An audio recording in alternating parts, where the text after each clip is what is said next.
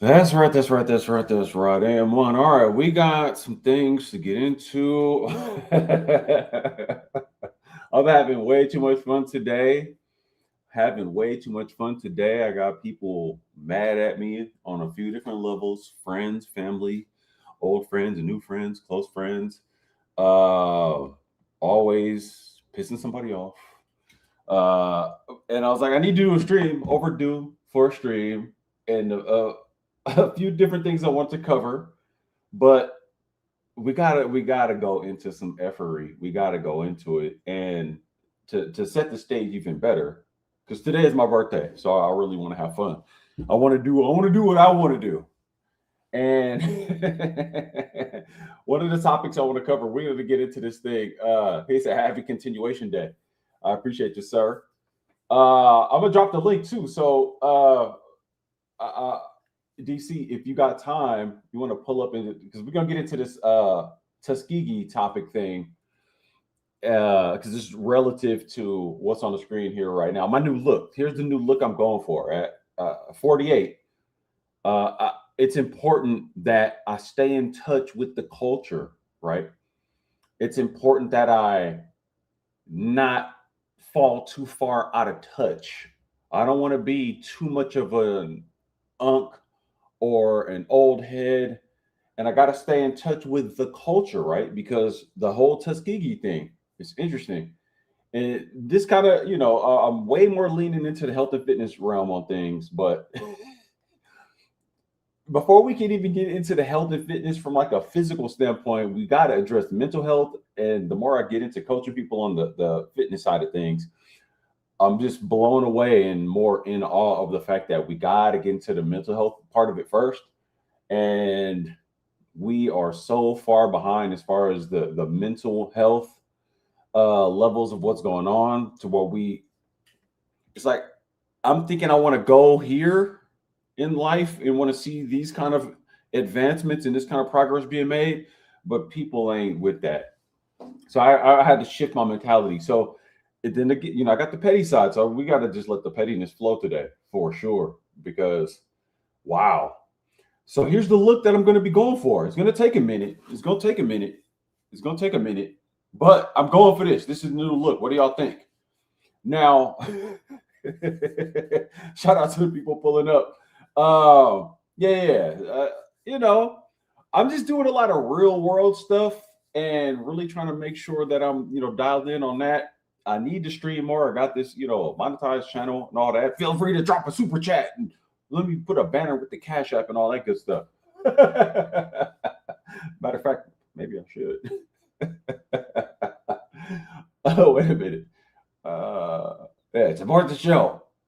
I need how many contributors? I need a bunch of contributors. Are you still running the fasting keto protocol? No, actually, because I actually might do a fast soon, but I stopped doing as much fasting because I've been running an experiment more over the past few months where I specifically just track all of my food and am specifically aiming just for maintenance. Now, I do eat at a deficit on most days anyway, but the strategy that I'm working and I'm coaching people on right now. So I coach people on things that I've done before. I've had a lot of success with keto, with carnivore, low carb variations, and I've helped people lose a lot of weight with that. However, I ran into some challenges myself to where I realized it's hard to stay sustainable low carb if you're way more active, especially at my size and my age. So I'm 48, literally 48 today, 6'2", and I was hovering around not some decent size, decent muscle mass. And my body naturally wants to just be kind of around more like 210. But I was forcing myself to kind of stay around the 195. So that's a 15-pound difference. And I realized when I kind of naturally let my maintenance hit where it really wanted to level out at, my sleep was better overall. Just so many different markers of my overall health just increased uh, by essentially just eating more food. So I use a strategy of really just measuring everything that I ate. I really like the convenience of like low carb carnivore, but I realized for as active as I am, I need more food. And I couldn't force myself to eat that much more fat and protein. So I had to bring back some carbs, or at least that's what I did. And it worked a lot. So I just aimed for maintenance calories and it helped a lot. And I'm coaching people on the kind of situation where you aim for maintenance, but for the most part, the way I set it up and the way I coach it with people, they're going to end up at a proper deficit anyway. But most people, when you get into, they say they want to lose weight, but ultimately they want a body recomp. And to do a body recomp properly, you have to be training, building the muscle mass, but then put yourself in the proper deficit or be very close to maintenance or at a slight surplus. And you can't do any of that if you don't have the math. So you got to do the actual accounting. Well, I don't want to get too much into the health and fitness topic, though. I do, but yeah, exactly. That's exactly what it is. 10-4, more activity, more cortisol spike. Exactly. So more activity, more cortisol spike on top of if you're under eating. So I realized I was actually under eating I got into years of under eating, way too much. Way too much. Y'all liking my YN look? I'm about to go get the grills. Shout out to my guy Tom Malone with the 10 on the super. One of my day ones back in the day. Been on this YouTube thing for a minute.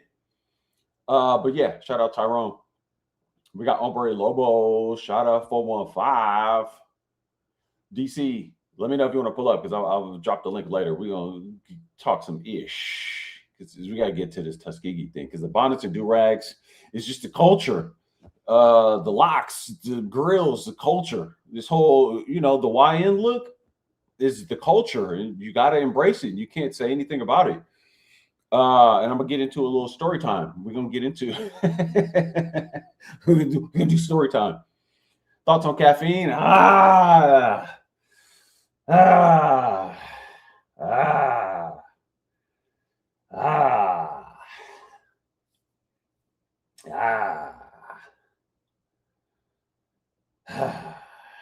He said the Golds are tough coming from Florida. Well, I am from Oakland, California. Now, there's a lot of guys in Oakland, California. There's a lot of people in Oakland, California that wear the Golds. But that was not that big of a thing for the vast majority of my life. And it's not until the last 5 years, 10 years that increasingly more and more people got to have the grills. There was a time on the West Coast, certainly Northern California, where almost nobody had locks. If you had locks and you was on the West Coast, certainly in the Bay Area, they would try to clown you and say that you was East Coast. They would say you was New York. We only rock with Bay Area, West Coast, right? So I've lived all over the Bay Area, from Oakland, but lived all over the Bay Area. There was a time in the 90s even, if you had locks, they would say that you were East Coast and you was funny style and you wasn't on point and blah, blah, blah, blah, blah. Then at a certain point, everything switched up and then everybody all of a sudden has locks and then it's shaking dreads, blah, blah, blah, blah, blah. So this is part of the whole discussion with what is supposed to be culture. It's not until more and more rappers like down south kind of rose to prominence, then all of a sudden that kind of overlapped into the Bay Area scene. And then it became a thing where almost all young Black men all of a sudden had locks and the grills became more prevalent. It's not until this stuff was in sort of the mainstream rap hip hop kind of imagery that it became this thing where it wasn't just regional. And as we see now, as far as music goes, hip hop, R&B, regional sounds took over to the point where everybody in every region sounds the same. And there's people who will hear this, and now we're generations kind of deep into this, where people think that happened organically, and it absolutely did not. It absolutely did not. And now we're generations deep into it to the point where so many young men think that this was some organic thing. They associate this look that was regional at one point, and then in some instances, regional to a specific city or demographic. In other words, certain hood street kind of vibes, hood street kind of looks that were not prominent among all Black people over time became more prominent because of mainstream rap and hip hop kind of imagery, rap imagery, glamorized rap imagery that glamorized more hood street kind of vibes. And we saw how the music all became like a homogenized kind of sound where everything is more gangster, trap, drill, blah, blah, blah. Anybody who really understands music and has followed it along can easily see the truth of what I'm saying, but this becomes an interesting and almost touchy kind of subject because some people's whole identity is based on I'm from the streets, or I want to be from the streets, or they just think this is what Black is. And if you don't rock with this and this isn't your actual presentation, then you're not Black. So we get into this discussion of what is Black, and if you don't move a certain way, you're not actually Black. And in fact, you're anti-Black, or you're expressing some type of whiteness, or your mind is colonized, or all of these different kind of looks, or all these different kind of thoughts. And this gets into this whole discussion with this Tuskegee thing, which is just interesting. And it's actually sad. It's actually very sad because it's like, well, wait a minute. Met tomorrow in the building. Takerica, ain't seen you in here in a while. Good to see you. I appreciate the super chat. We got the $4.99 on the super. Yeah. Hey, big 48. And I realized I got to do some things. I got to change up the vibe. I got to change up the energy, and I got to really embrace the YN energy. You see what I'm saying? People been telling me for years I look younger than my age, but I got a ton of nieces and nephews, legitimately an uncle, but the whole old head thing, I don't want to be seen as an old head. I want to do, call it a midlife crisis, call it whatever, but I want to, because it's our culture, I need to attach myself to acting, presenting, and behaving younger. And with behaving and presenting younger, I have to embrace what has now become our culture, and it has to look like this new image that I'm about to adopt. Now, like I said, you guys know I gotta do some things. I even have to entertain, even getting like a hairpiece kind of thing, because y'all know my hairline is extra hurt, and it's whatever. But because of what I'm trying to pull off, I gotta go get a hairpiece. I gotta do the thing where I'll let it grow out, and then I'm gonna have to have the where guys get the locks, and then they got to get lined up with the locks. So then now we have the male version of baby hairs. As you can see on the image, you see the male baby hair thing. So guys are getting way more like negative yardage on the baby hairs. So I'm going to have to figure out, how do I get like a lace front piece that has the locks and the man baby hairs? Y'all let me know, drop links in the chat if you can help me along with this. I got to figure out how to achieve this look. Obviously, I got to go get the grills. That's pretty easy. I'm here in Vegas right now. I can probably go on a strip and get that done. But the hairpiece, because I got to have the look, right? Because I want to not be an old head. And I want to be in touch, and I want to be relatable. Now, I posted this image on Instagram, and I told people, happy birthday to me, my new look and whatnot. And it got some interesting kind of people was hitting me in my DMs like, you're not serious, right? And I changed my profile picture to this. And people was like, kind of laughing and whatnot. And they're like, you're not serious, right? And I'm like, well, why not? Why can't a 40-year-old man present like this?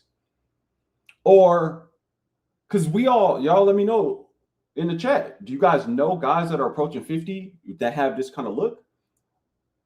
And if so, is there an issue with this? Is this good? Because I actually kind of got offended. I was like, why can't this be my look? Why can't this be my look? Tyrone Axelrod, what's so funny? Why can't I get this look? Is it not cool because I would have to get a hairpiece to do it? Because that would be kind of crazy. But apparently you guys are getting the spray on stuff. Obviously, women got the lace fronts and all of the elaborate wigs, spending money on that. But we had that discussion all day, every day for hours. Why can't I do it? And why can't it be this look that where I'm trying to achieve this young guy look? Like, why do I got to be old head? Why can't I be a YN? Why can't I embrace that 2 years out from 50?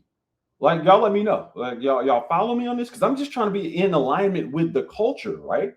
Because there's guys my age in their 40s that are rocking this look, right? So why can't I do it? So when I posted this on Instagram, people was coming in my DMs like, no, you joking, right? You're not really. And I was like, well, wait a minute. Why not? Why can't I come with this look? Why can't I, if I put a do-rag on and go outside, why can't I do that? K Business was good. I appreciate you with a 10 on the super. Why the do-rag, the bonnets? I'm seeing the young guys out here with bonnets. I just want to stay connected to our culture. So whatever the young people are doing, I want to be a grown man who talks about leadership in the community, in the community. I want to see us move forward, but I want to stay in touch with the youth in such a way where I'm going to let the youth lead me. And I want to take my style cues and dress cues from the youth. But I also want to be respected as an OG, an elder of sorts. And I want to, you see what I'm saying? I want to be a leader. I want to be seen as a leader of our household, a leader of our people, right? Or our people, right? But because then I don't want to say something like, if spin that, right? If that's the hot song and where does that go? If India.Arie comes out and says something about that, people jump down her throat, right? Like, how do you have, I'm just trying to figure out how to have it both ways. How do I get to be like an older guy who, I focus on being fit. If there is some kind of thing where older guys can kind of lead the way, how do you do that, but still be down, right? So I want to be down while taking my cues from the up and coming generations. So I want to fit in, right? Y'all let me know how I do this. I'm gonna go to the chat. Dudes with bonnets is crazy. Well, why though? Sag your pants while you're at it. Well, that's part of our culture, right? We have to accept and embrace this, right? Because if enough people do it, apparently it's our culture. We're gonna get into it. Some of these Instagram discussions, but when I specifically posted this just made me think about the whole thing with the discussion about spin that. It made me think about the discussion about the Tuskegee thing. Eloquently Petty was good. You see my new look I'm going for. I just hit 48, right? So here's the new look I'm going for. And I'll be damned if somebody tells me I can't rock this look. I can't pull it off. Oh, hell yeah, right on time. Oh, yes. Oh, yeah. Oh, yeah. Perfect. Hold on. We got to do some photoshopping now. Hold on. Wait a minute. Eloquently Petty, you got time? I'll drop the link. I'm in such a good mood. The effery just needs to flow. I'm in a petty kind of mood right now. This is the look I'm going for because I'm light skinned my whole life. You ain't black, you mixed. I want to fit in. I care about my people, but I want to be down with the culture. So I got to understand how do I care about and support my people while kind of having independent thoughts about what it means to be black. But since I'm not black enough, I have to go with the flow of what everybody else says blackness is. Right? Because I have to decolonize my mind, right? No, K Business.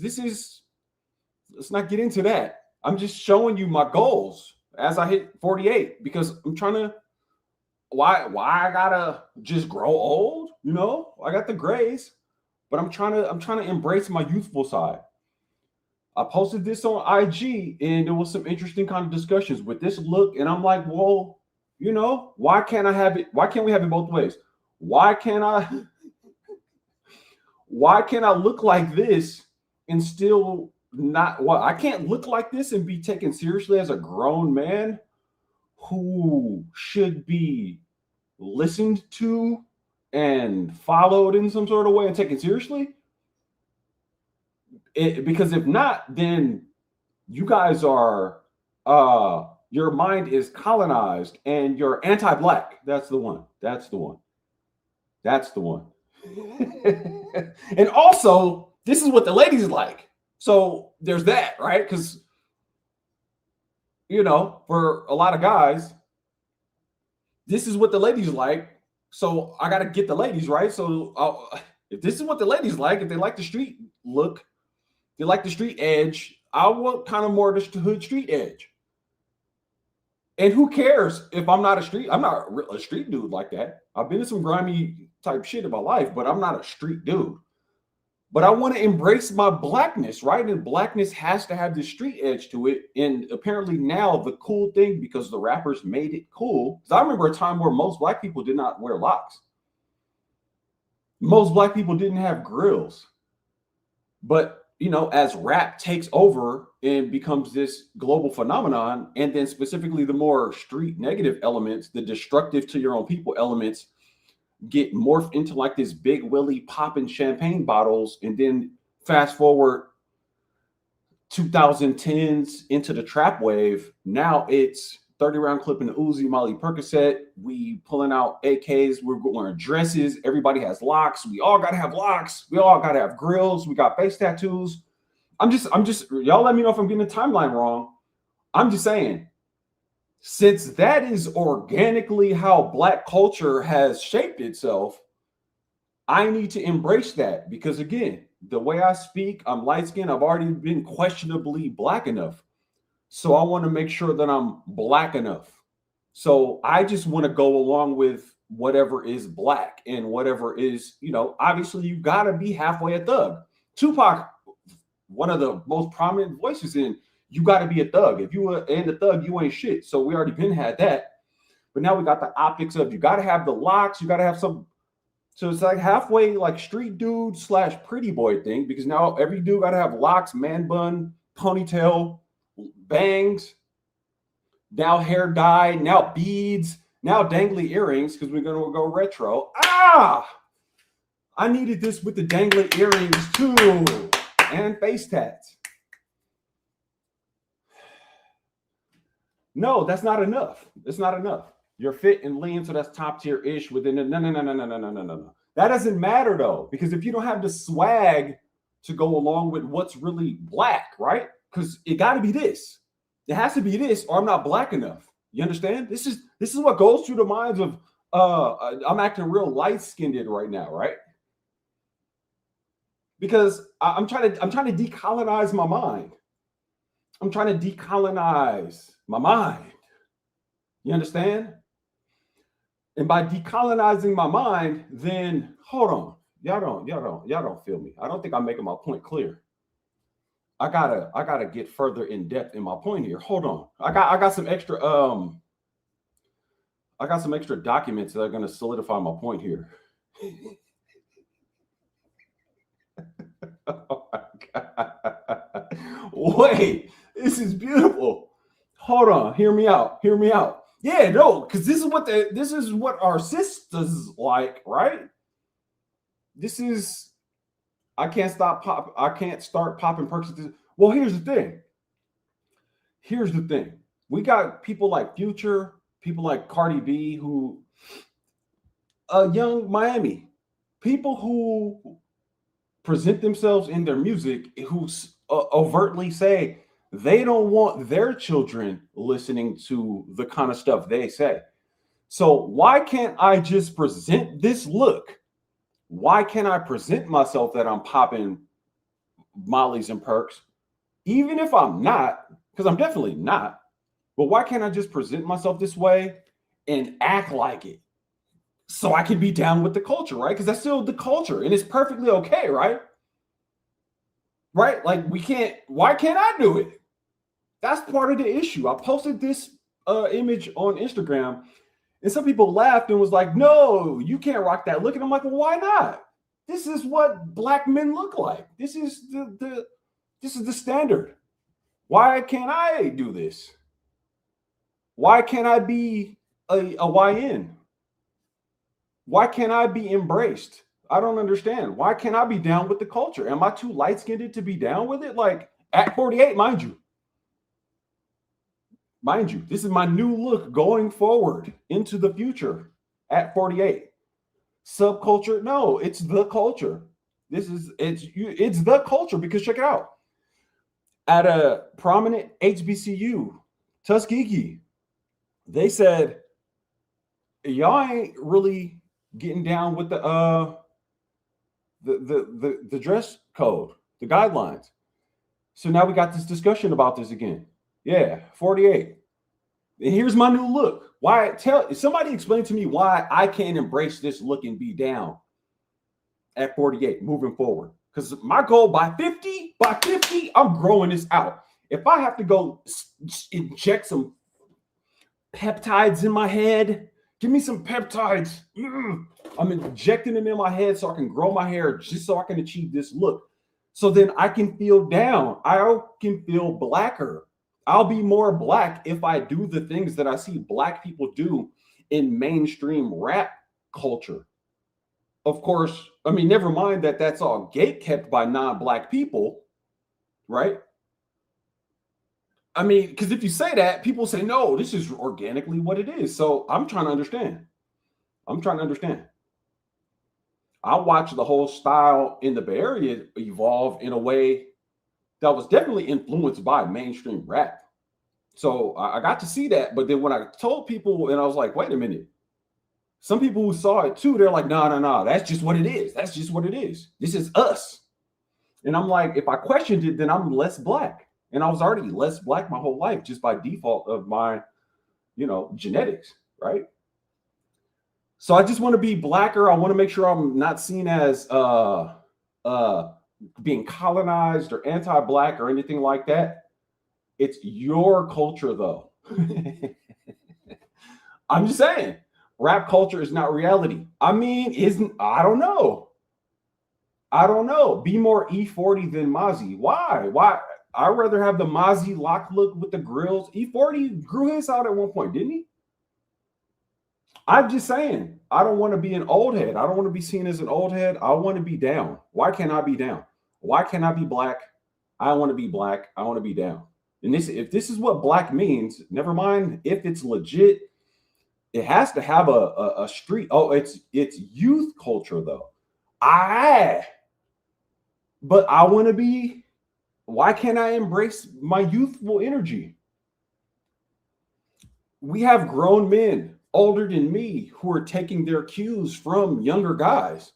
They listen to all the young rapper guys. They dress and behave like the young rapper guys. We got guys like Chris, what's his name? Duncan from San Antonio Spurs, older than me. At a certain point, all of a sudden he got to grow out locks for some reason. Like if I pull up a picture of this guy, like what is this thing? Okay, Brandy, what does that mean? Oh, I want to be down. Yeah. Hold on, no, because wait, before we got to get into this other segment. Damn it. Hold on. Before we get into our other segment, I got to cue up this image. Oh, hell yeah. Oh, hell yeah. Oh,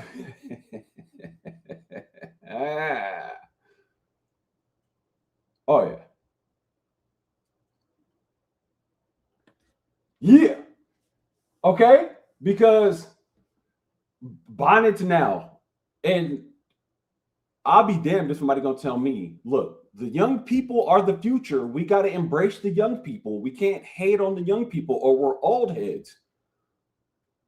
But at the same time, some people will say the boomers got it all messed up. I'm Gen X. People hate on boomers. Some people hate on Gen X. You're out of touch. I just want to be in touch. I want to be down with the culture. I want to make sure I'm black enough, right? So why can't I be black enough? Let me see if I can get this right. See if that helps. Yeah. There we go. No. I'm just saying. They're young men and women. Now, apparently, it's okay for young guys out here, young black men out here to rock bonnets. Have you guys seen it? I've seen it. Look, I don't make the rules of what our culture is. I have no say in that. As a black man, apparently I'm too light skinned, I have no say in what black culture is. There's people online who will tell you if you think wearing bonnets and do rags outside is raggedy, they will say your mind is colonized and you're anti-black. Oh no, oh the guys are definitely rocking the bonnets. Don't get it twisted at all. Okay, let me do it this way then. Let me do it this way. Let's not get too far ahead. Let's not get too far ahead of ourselves. Let's not get too far ahead of us. Look, I'm just trying to understand. I'm just trying to understand.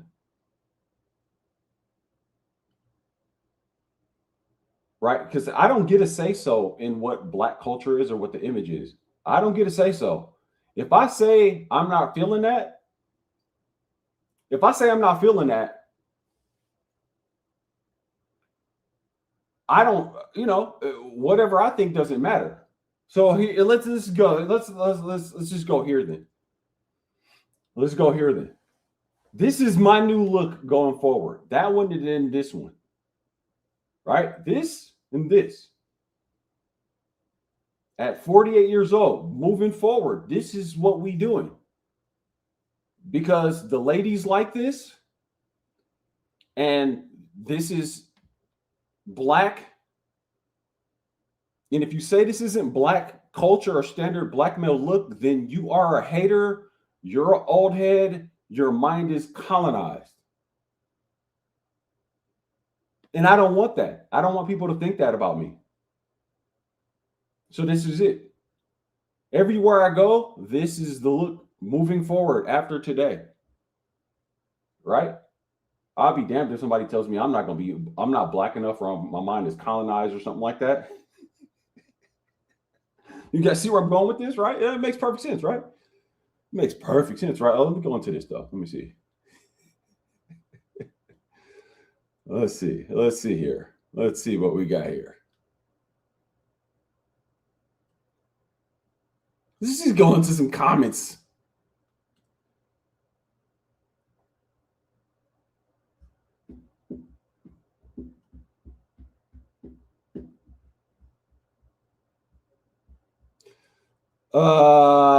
Tuskegee University introduced a new dress code banning bonnets and do-rags. The university's president released a statement saying students need to dress professionally. Oh my God.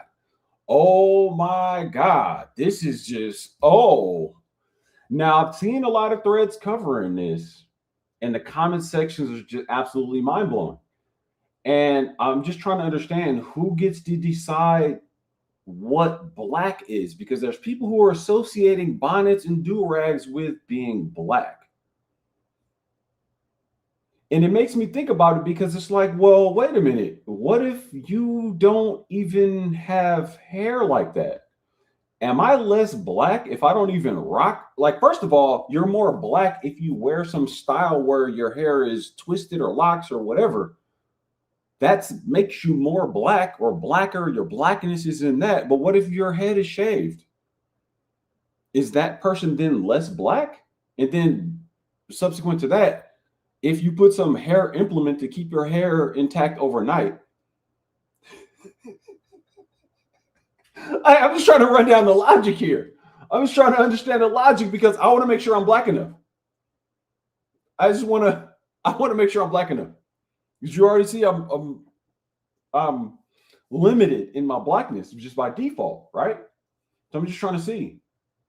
I'm just trying to get this right. I'm trying to understand.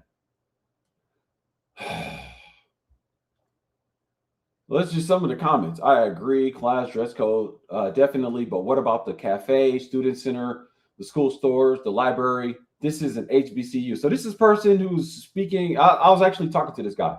He's speaking in defense of it's an HBCU. So by default, they should be okay with the bonnets and do-rags and the PJs and the slides and slippers. They should be okay with it because it's a historically black college university. So it's almost as if to say, They should know that this is Black culture. So now we're back to those discussions of, is that actually Black? If someone chooses, nobody's making you have this hairstyle where you even need that hair implement thing anyway, right? So there's so many layers to it. So who's establishing what the culture thing is, right? Like, what are we talking about here? Let me see if y'all can see it. This stuff is fascinating. Explain, Shinobi. I'm not even doing carnivore anymore. So now you're weird, right? Because you're making an assumption. Now explain it. Explain to me what am I saying is wrong? There's a point that I'm making here. So my bad if you're not catching it. I know you just got in here. I'm just trying to understand. Like, if you're gonna say something, back it up. Be ready to back up. I'll drop the link. Come talk to me about it. How about that? I'm so here for the effery. Because I'm just trying to establish what is Black, who gets to decide what's Black, and because I want to be Blacker, I want to make sure I'm Black enough for everybody, right? I want to make sure my mind is not colonized and blah, blah, blah. So if everybody agrees that we need to look like we rolled out of bed and just, got fresh out of bed and went outside, and that's what Black means, then yes, I want to be down with that. Whatever it takes, I want to be down with that. Whatever the imagery is, I want to be down with that, regardless of how it looks. Cyrus Rivers, what's up? That's Ramil with gold teeth. I'm not sure what you mean by that. You still shouldn't look like you just rolled out of bed in public space, like they're aforementioned. That's an interesting point. Sleepwear is for home. I'm sure they're allowed to wear in their dorms. Bonnets and do-rags are more than sleepwear, says the original poster on this thread. So this is arguments being made. Do-rags were literally a fashion trend. Well, if that was the case, why? Why was it ever a fashion trend? And there's reasons why Black men wear them just like bonnets. Well, why though? Because without a doubt, do-rags are objectively, no, you're not late, Phil. Do-rags are objectively for keeping your hair intact while you sleep, just like a bonnet. I said years ago on this exact channel in this exact sort of algorithm, bonnets and do-rags are basically the same thing. Now, I took a lot of heat for that because I know as far as Black men, there's a longer tradition where it was, I guess, accepted that do-rags were some kind of fashion trend. No, because not all Black people rock do-rags. Not all Black people rock do-rags out in public. I would argue that for, let's just say, since my lifetime, approaching 50 years, today is my birthday, 48. Almost 50, almost a half a century in this reality. For the vast majority of that time, most Black people I've encountered had the understanding that do-rags were not something that you wear outside the house or outside the house. The vast majority of Black folks. Now, obviously, have I met all Black people? No. The vast majority of Black people I've encountered, and I'm probably sure that's true for most folks, all Black people do not have some kind of tie into some type of a hood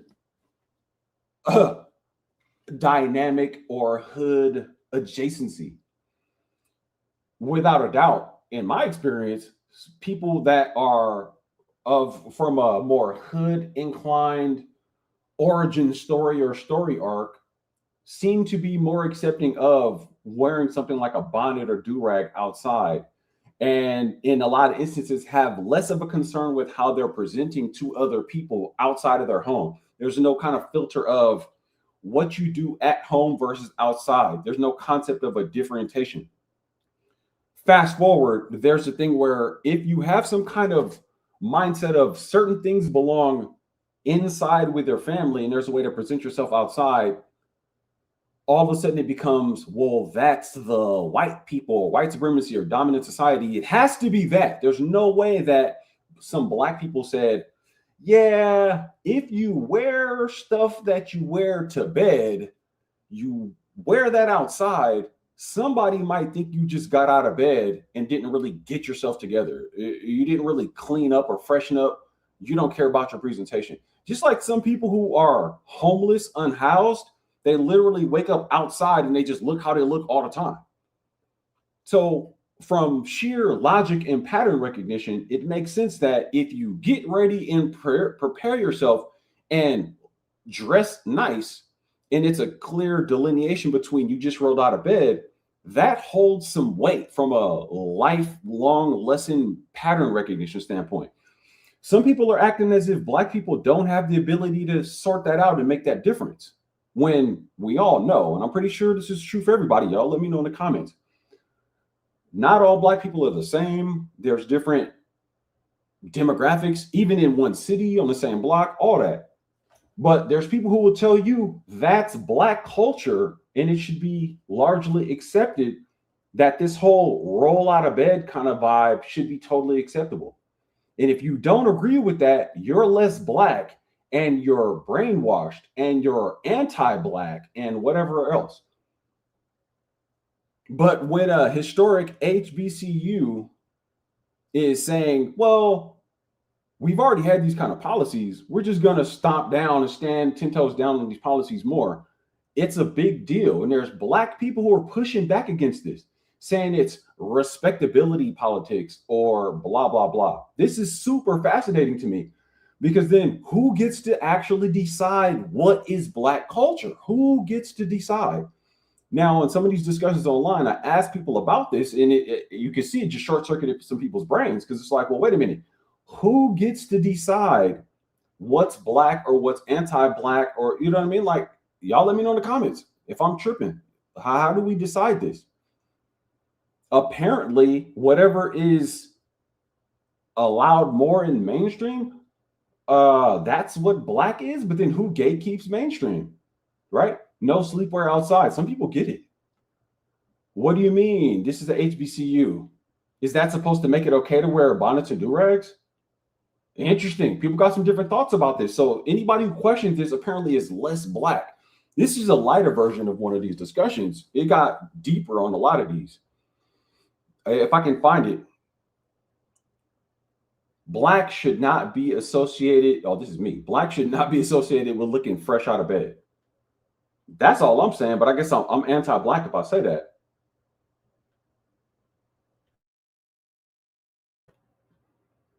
What else we got? Wait, you guys are seeing what I'm seeing, right?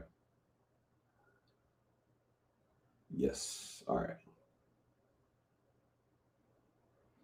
My thing is, it's Black culture. If you don't understand why I say that, then no need for me to elaborate. So this person thinks that that is a solidified Black culture thing. Y'all let me know. What do y'all think in the chat? Are do-rags and bonnets actually Black culture? They go to Walmart with bonnets on. I see it all the time. I've seen it too. I don't go to Walmart, but I mean, I've seen it in similar stores. I've seen it in all kind of stores. Or at the airport. Do-rag is not fresh out of bed. Have you ever had waves before? Now he's asking me this, and I'm like, yes. As a kid, way back in the day, I did have waves, and I basically expressed to him how I would wear the do-rag at night so my waves aren't getting messed up as I turn around, move around while I'm asleep. Then I wake up, take it off, brush my teeth, take a shower, get ready, go outside and just have the waves chilling all day. At no point am I wearing a do-rag outside. I never, ever, ever, ever, ever did that. And, this is in the 80s. Then I realized more and more people thought it was cool to just wear the do-rag outside. And I'm like, I never understood that. And the more I saw that, the more I was like, I'm not doing that because that looks crazy. Then it became tied into the hip hop rap style fashion kind of thing. Then I'm like, nah, let's not do that. So then who gets to decide? Who gets to decide? Who gets to decide? These are spaces for the student body to hang out, chill, study, eat breakfast. Dorms are public too, but I'm in my living quarters. He's talking to somebody else right here. Yes, I had waves back in the day and took the do-rag off and went outside. Simple. That's my comment right there. Mind you, this is me right here.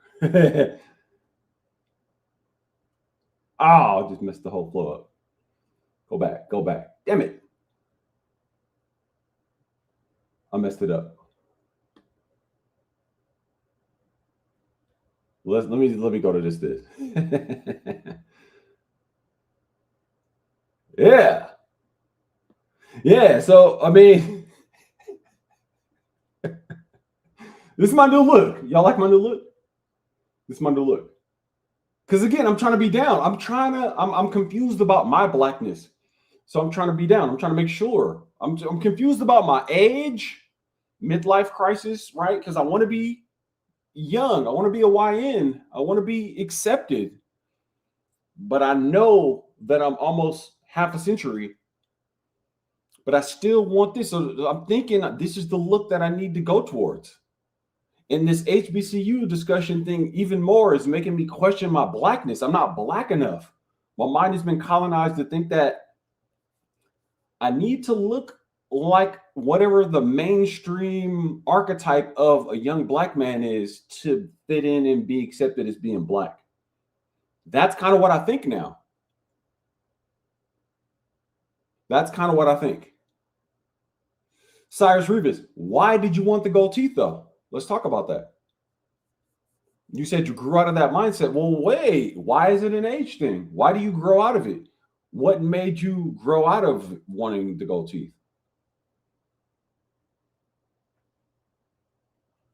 What made you want it in the first place? I'd love to hear that. See, you guys know I'm a videographer, I'm a media guy, I study this stuff. So I'm big on the concept of social engineering. I do think that a lot of what's considered as black culture has been socially engineered by people who are not even black. But they've done such a good job at it, and we're generations deep into it, where if you point it out and question how that came about, some people will say, you're lame, you're square, you're anti-black, you're not black enough. Because they like this imagery, they embrace it, they identify with it. So even despite the fact that you can easily walk down how it's socially engineered, is objectively true that it is. And not by this archetypal image of black men right here.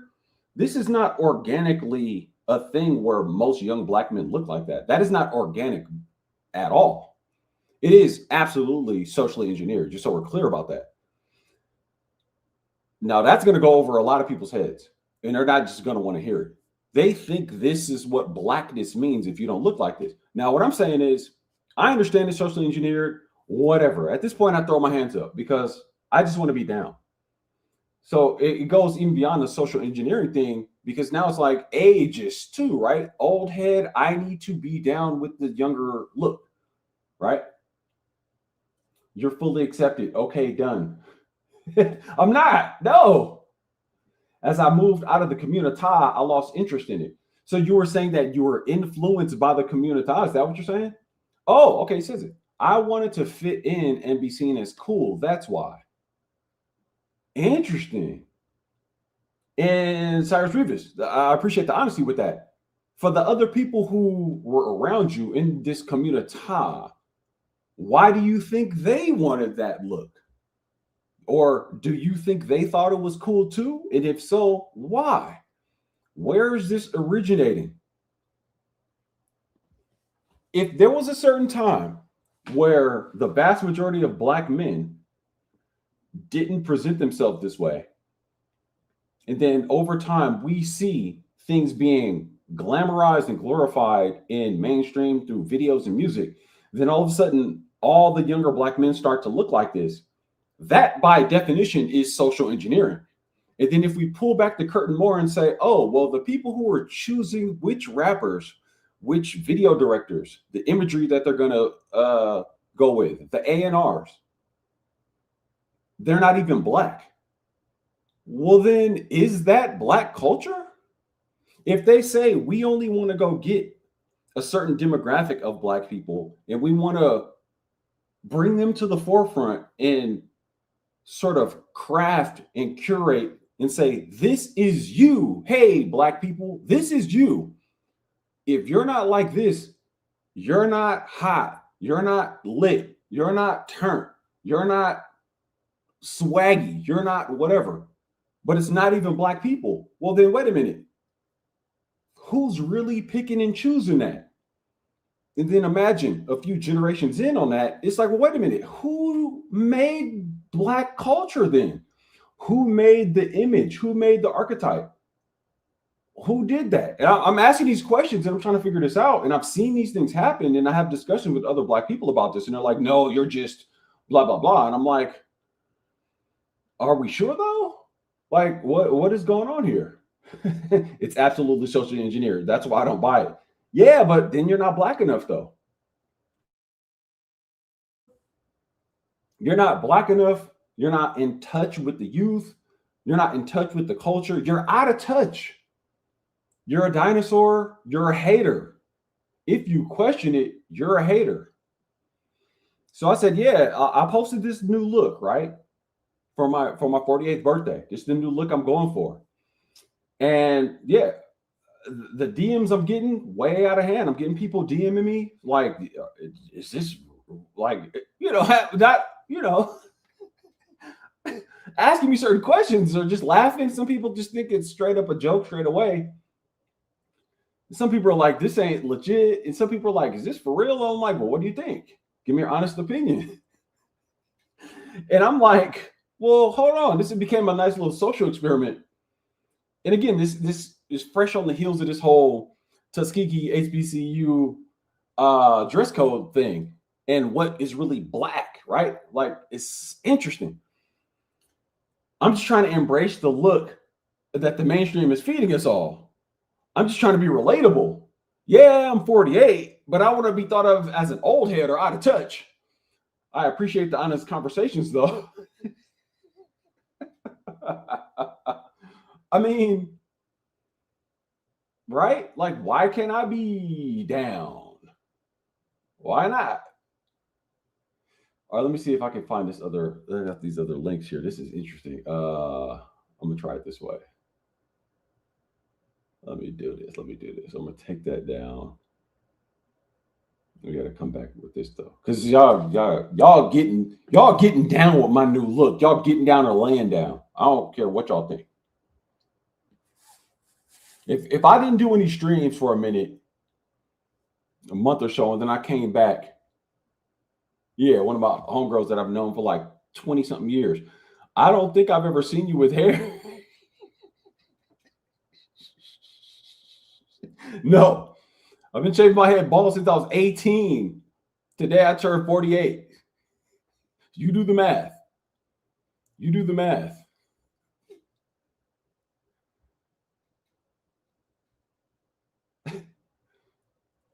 So she says, so this is my homegirl. She says, I don't think I've ever seen you with hair. I'm like, you like my new look? And it's funny because people are DMing me and I'm like, let me just kind of keep the game going. Is that Coolio 2.0 Exhibit A?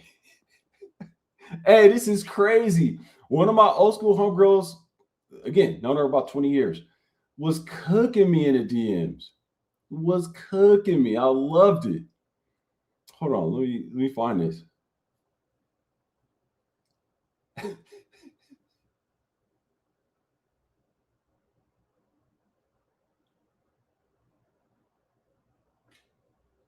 Wait. Oh, wait, hold on. Yeah, I told my other homegirl. I'm tired of people calling me Unc. She said, go back to the Unc look. No time for YNs. Yo, this is crazy. Hold on. Because I really want to, we're going to just go straight into this part. I want to know what y'all think though. Like, how do we pin this down? How do we pin this down? How do we pin down how to make sure, because I want to be down. I don't want to just be seen as an old head. I remove that. Share screen. All right, just so we're getting a full context in the stream.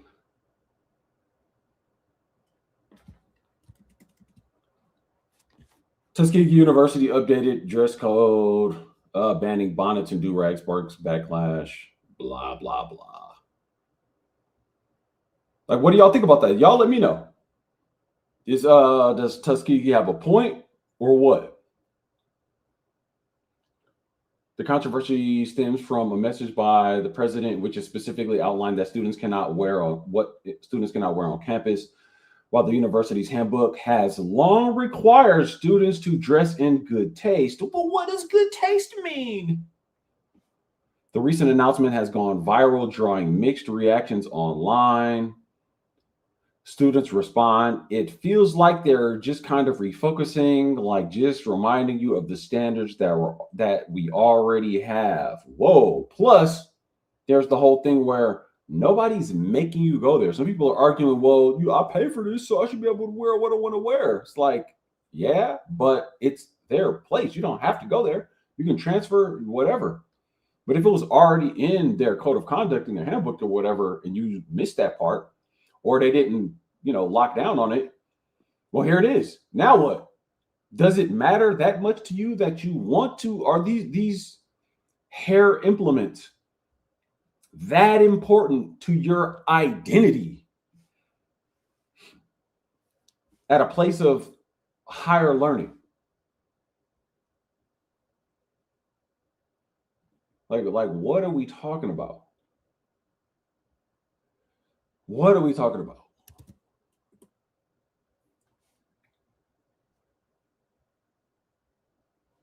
That guy Shinobi is a nerd troll. Yes, I know.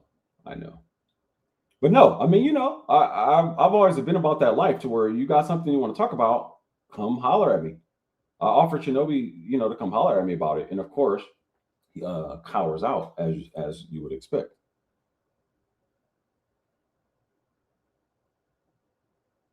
Mr. AB123, are you still in here? Do you see the point that I'm making or not? I want this to show up better, but I ain't gonna get lost in the sauce with this. The updated policy also requires students to wear business attire for business meetings and avoid revealing clothes in class and cafeteria. Dressing formally has always been part of Tuskegee's culture. That was normal to see men walk around with suits or a nice t-shirt or a nice shirt and tie.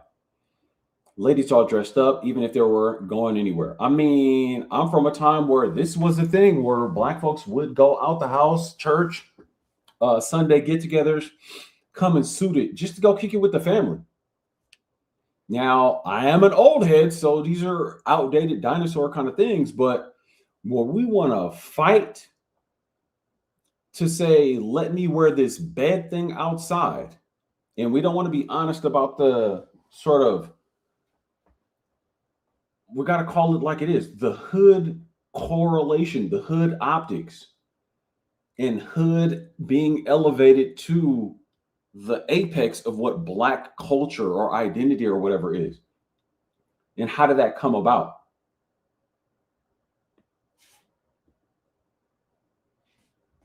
We got to have this discussion, but that's the thing. People don't want to have this discussion when it directly conflicts with something they rock with or something they identify with. They don't want to, or they know, right? Some people actually who are not hood at all want to be hood.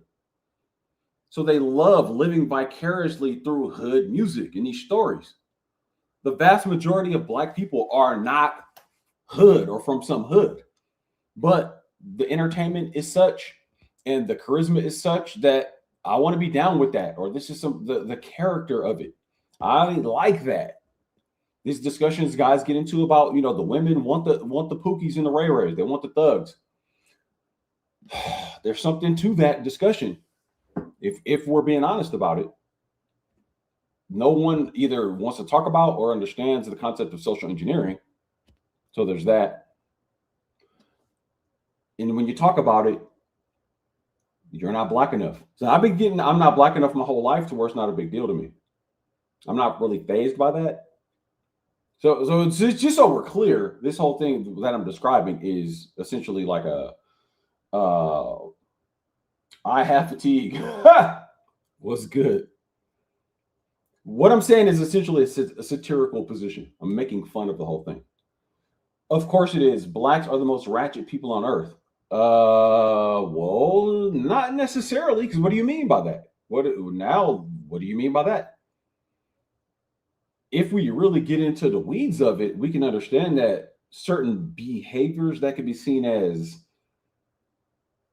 approximating antisocial or lacking common decency or common expression, there's a certain class, wealth, poverty element tied into that that goes beyond race.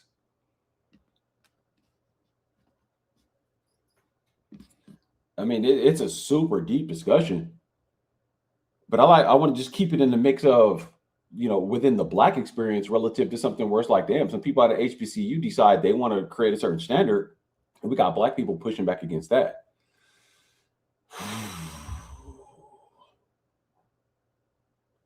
This is super interesting. I'm waiting for we got a guest coming up, so we're gonna see. We're gonna see. Eloquently Petty, you got that? You coming up? I think you're getting set up. I'm just checking some of the stuff on Instagram. Hold on, you know what? I'm gonna remove that. We're gonna get back to that later. But yeah, just the look I'm going for. I'm trying to make sure I'm black enough. That's all I'm saying. Because this whole square look, this whole thing, the hair ain't swaggy enough. I can't shake my hair around and all that. I can't put it in little buns and bows and clip little stuff on it. Somebody told me that this image right here of me looks like I'm a contestant on Pop the Balloon, and I fell out. This is how these young dudes be looking on Pop the Balloon. Yo. And I couldn't unsee it. I really couldn't unsee it. Let me see. Hold on.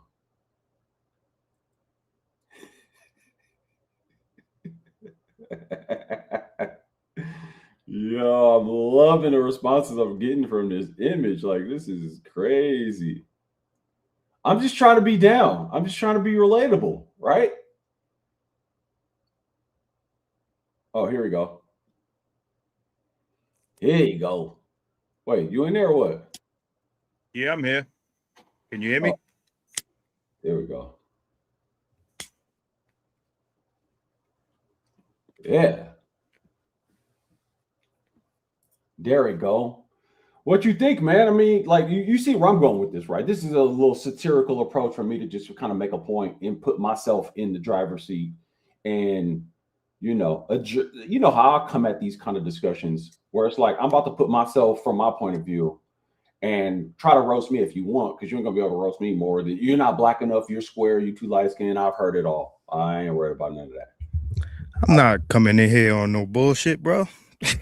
No, I'm not saying that. I'm just saying I'm approaching this discussion in a sense of, well, what does it mean? What's black? Who gets to decide what's black enough? And I'm saying relative to this image that I posted, which was just a funny little social experiment from friends and family that I know, where I say, hey, I'm 48. Here's my birthday. Here's my look I'm going for.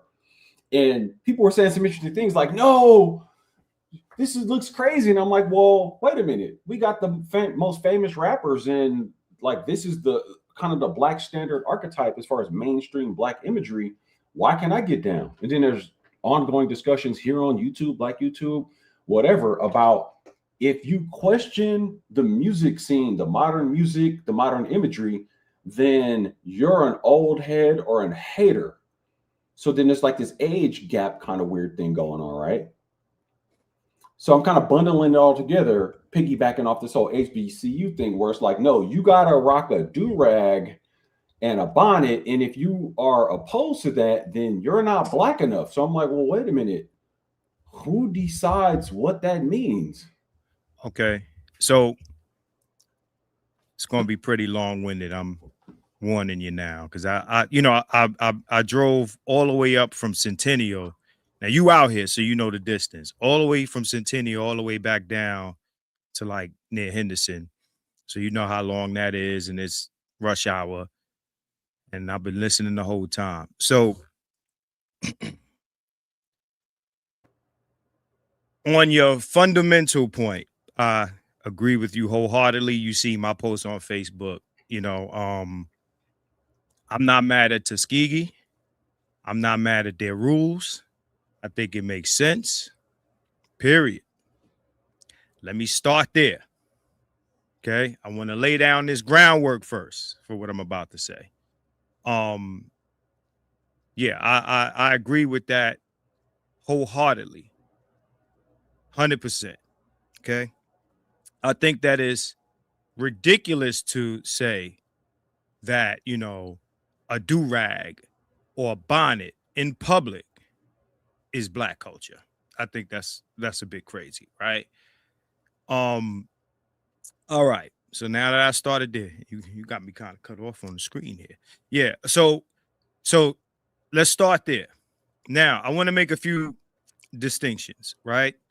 Because on one hand, we're saying not Black enough, and on the other hand, we're saying old head. I don't know how much of a requirement there is for older guys to do this stuff. I agree with you that there are older guys doing this stuff, but I think that those guys that are doing that are trying to be young guys, right? So they old YNs, right? Now, right. So it's kind of the same, like, you know, you can go to other, you know, cultures and you don't see it as prevalent in those cultures as you do in our culture. In our culture, because hip hop is the prevailing culture and hip hop is youth culture. It is. Then you got older people trying to stay young and relevant within that culture by dressing and acting and moving like what's done in that culture. As far as, you know, do-rags and bonnets, this is what I'll say.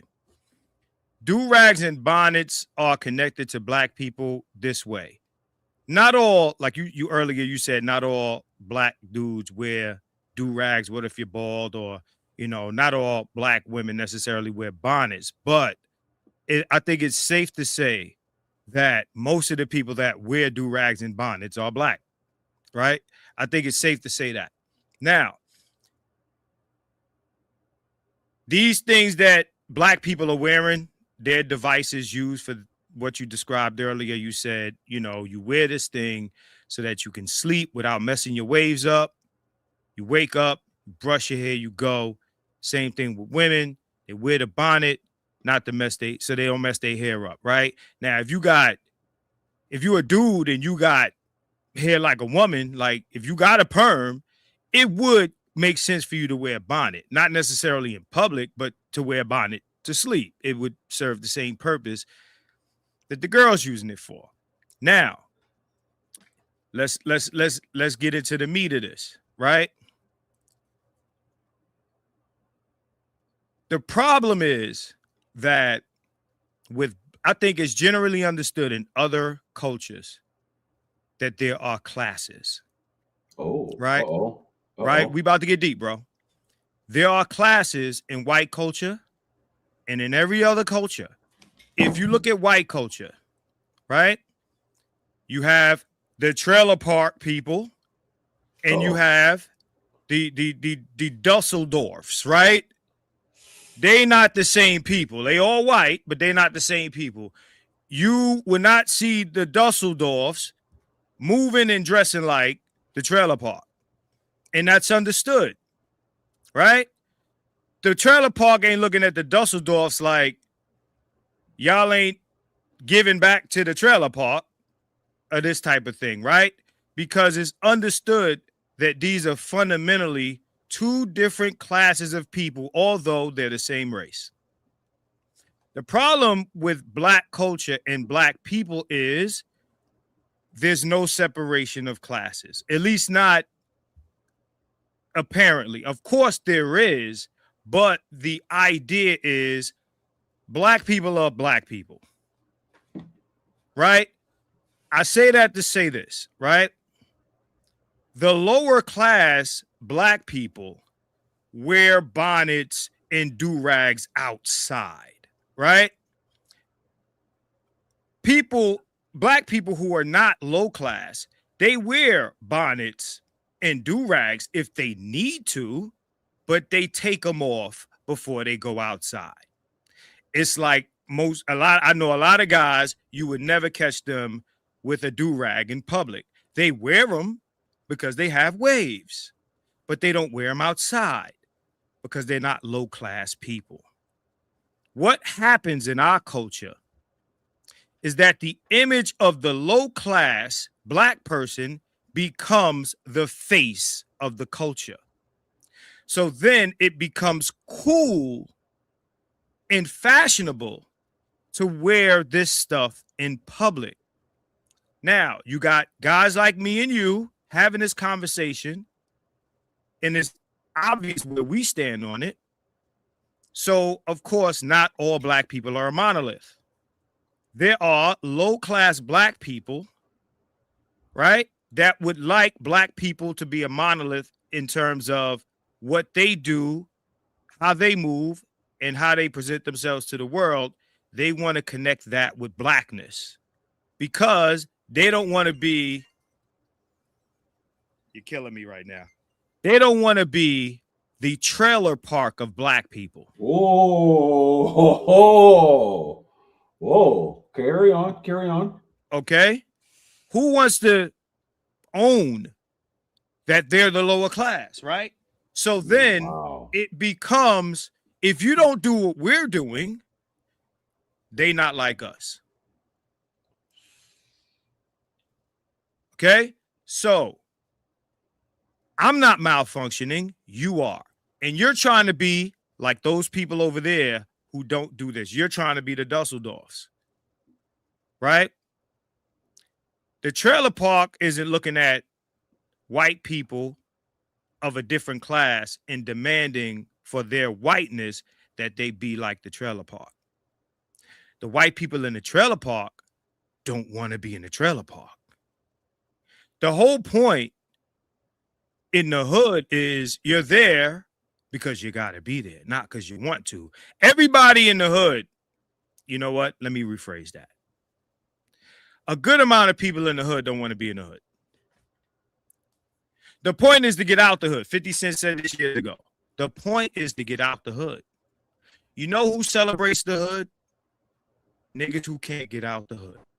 That's who celebrates the hood. Because, hey, I can't make it out. If you can't, what they say, you know, if you, what, you got lemons, make lemonade, right?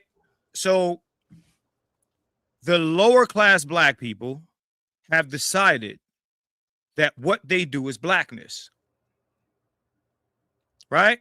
Now that's one thing, right? And I'm talking about not necessarily do-rags and bonnets per se, but wearing them in public. Wearing them in public. It's become this bold statement of blackness, but only because, like I said, 9 times out of 10, if you use a bonnet or a do-rag, you're going to tend to be black. It's a black thing. It's a black device, right? Like a hot comb, right? Is a black device. I said on my Facebook page, I said, wearing a do-rag or bonnet in public is like a white woman walking around with rollers in her hair. You don't see it, right? Except where? In the trailer park, right? In the trailer park, you might see a woman walking around with hair rollers in her hair and smoking a cigarette with a robe on. You might see that in the trailer park, right? But that's not the face of white people. These white people exist, but white people work very diligently to not make that the face of whiteness. But for us, these people are the face of blackness. And it's not only because we want them to, but it's also because media, that's what's presented to the world. It's like, you know, when the media comes to the hood, who they interview? They interview the crackhead, the dust head, the chick with the rollers or the pins or the whatever in her hair. You know what I mean? So that's you know, these things have become associated with the culture because this is what's on Front Street, right? So now there's a difference between, like I said, the blackness and the whole youth culture thing, right? So you're telling kids in college, yo, you can't do this, this, this, and this, right? Which makes sense. If you're in school, you're going for your degree or whatever, you're trying to be ready for the world, right? Not just in your education, but how you're supposed to carry yourself and conduct yourself, whether it be in the corporate environment or whatever it is that you're there for, right? So you want to learn then how to navigate that space because that's what college is for, right? Now, I want to make another distinction. There's a difference between this, what we're talking about in terms of do-rags and bonnets, and then dreads. Okay. So hairstyles are separate from these things. These things are devices connected to Black culture, but these other things are ethnic hairstyles. What I don't want to do is conflate those two, right? Because there are hairstyles that Black people wear, right? That because they're not, corporate white or whatever the case may be. Now, then they get looked at as ghetto or this and that and the other. And I don't want to do that. Now, mind you, there's a certain aesthetic and a certain look that we can look and we see that's tied to like you said, hip hop, young people and things like that, cornrows or dreads or things of that nature. The only reason that they don't work in a corporate environment because the corporate environment is white. It's white corporate, right? And white people don't wear cornrows, right? But it would be in the norm in a Black setting, right? Now, Would you it got though? Because that's not the case for all Black settings, though. no, it doesn't have to be for all Black settings. What I'm saying is this, right? Again, not all Black people cornrow their hair. Not all Black people wear dreads, but 9 times out of 10, the person with the braids and the dreads is going to be Black. So it's a Black hairstyle. Everybody ain't got to wear it, but Black people the people who wear it tend to be Black, right? It's like not all white people got the same hairstyle, right? But certain hairstyles like the comb over, and stuff like that. You got they do the moose thing with their hair. Those things tend to be white hairstyles, right? So at one point in time, dudes were putting lye in their hair so they could get the Nat King Cole and all of that type of thing, right? Because that was cool then. Black dudes was trying to, have the white hairstyles, and Black men walked away from that way before Black women. But we ain't gonna go there today, okay? We're gonna leave that one alone. All I'm saying is, again, these hairstyles are definitely associated with Black people. Doesn't have to be all Black people, but most people who wear them are Black. Now, when you see a white person with dreads or cornrows, it looks weird to you because that's not associated with them, right? Even if it's a few of them wearing it, it doesn't originate from their culture, right? Okay. Well, hold on. Right. You make an excellent point here, right? You use the analogy between the hood and the trailer park versus from a class perspective. Right. Now, we're from the opposite coast, right? And I'm not sure your age. I don't think you've ever told me in this, whatever, if you don't want to, but I'm 48. I don't have a problem. So I'm coming up on half a century. So I'm gathering we're relatively close in age. We've got a mutual friend. He's older than us or older than me. So I'm saying he's older than both of us. From my perspective, being from Oakland, California, Bay Area, West Coast, there was a time where locks, cornrows would only be seen in the hood areas, most prevalently in hood areas. Right. Fast forward to 2026, way more Black men are wearing locks and braids of every type of form and putting beads on them, dangly earrings, well, whatever, just for that. So to use your analogy, well, wait a minute, what happened where these type of hairstyles were associated with a particular class? What do you say to that? So where I'm from, how did it become so prevalent to where now that's like the archetypal Black man thing? How did that happen? Was it organic? That's where I kind of go into that. I can't speak for the West Coast. I can speak for New York, right? I'm 2 years older than you, just to put that out there so it doesn't like, oh, he's not telling his age. I'm 2 years older than you, right? So what I'm saying is, where I'm from, dreads is a norm and always has been.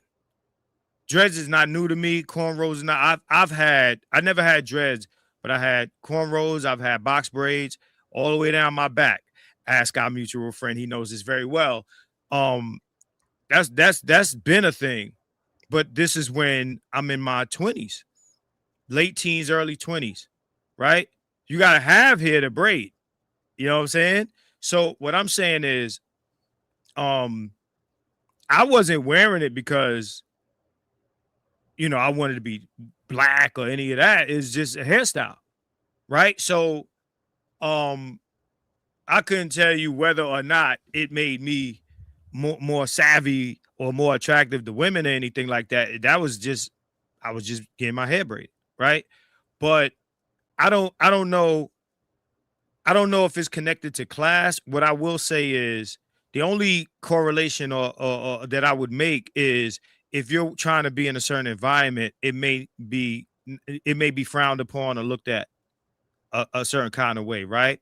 That's changed because what they've done is they fought and to make it okay for you to wear your hair a certain kind of way in certain environments. Before it wasn't allowed. It was only so far you could go with dreads or braids in your hair, working corporate or anything like that. And again, this is because these are white environments and they weren't comfortable with it because they associated, like you said, with the ghetto and thugs and things of that nature. I don't think that. Well, what was it they who associated, or was it actually associated? Now I'm saying this No, based on it was my. they. No, It here's was my they. thing. I am saying this objectively from my Mhm. perspective of growing up in Oakland, California, the Bay Area, for sure. Living Right, in all kind of different demographics from deep East Oakland in the hood to some of the suburbs all around the Bay, from the 80s into the 90s. Without a doubt, if it was ever guy or girl with braids of different variations, and locks wasn't even a thing. They would call you lame and square and funny style if you had locks in the Bay up until the 2000s with the whole hyphy movement and shake the dreads. Matter of fact, in the right, 90s, if you had locks, you were some West Coast, or sorry, you'd be considered as a lame East Coast hip hop dude in the Bay. I know because I had them because I was New York hip hopped out. I loved all that shit. So right. I'm a living example of how this was not a standard typical young black man thing on the West Coast. So I got to see the timeline of how it changed out. So what I'm saying is it was only in the more hood locations where this braid and lock thing was more prevalent. For sure. There's no question about it. Well, Fast I forward, think. we got the Go ahead. Silicon Valley guys who've never been in no kind of hood. All of a sudden, everybody wants to look like this when oddly enough, coincidentally, all the rappers that are famous now look like this hood look. But the answer to your You question, see just by pure pattern recognition, once you see it, you can't unsee it. but the answer to your question is in what you just said. Now, two things you said.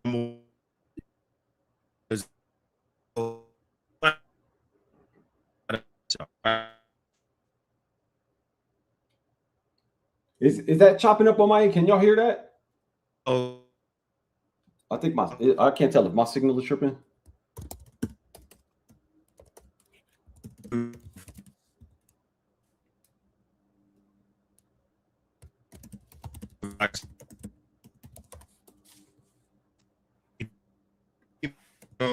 yeah. Damn, good. That's discussion too. I can't be breaking up right here.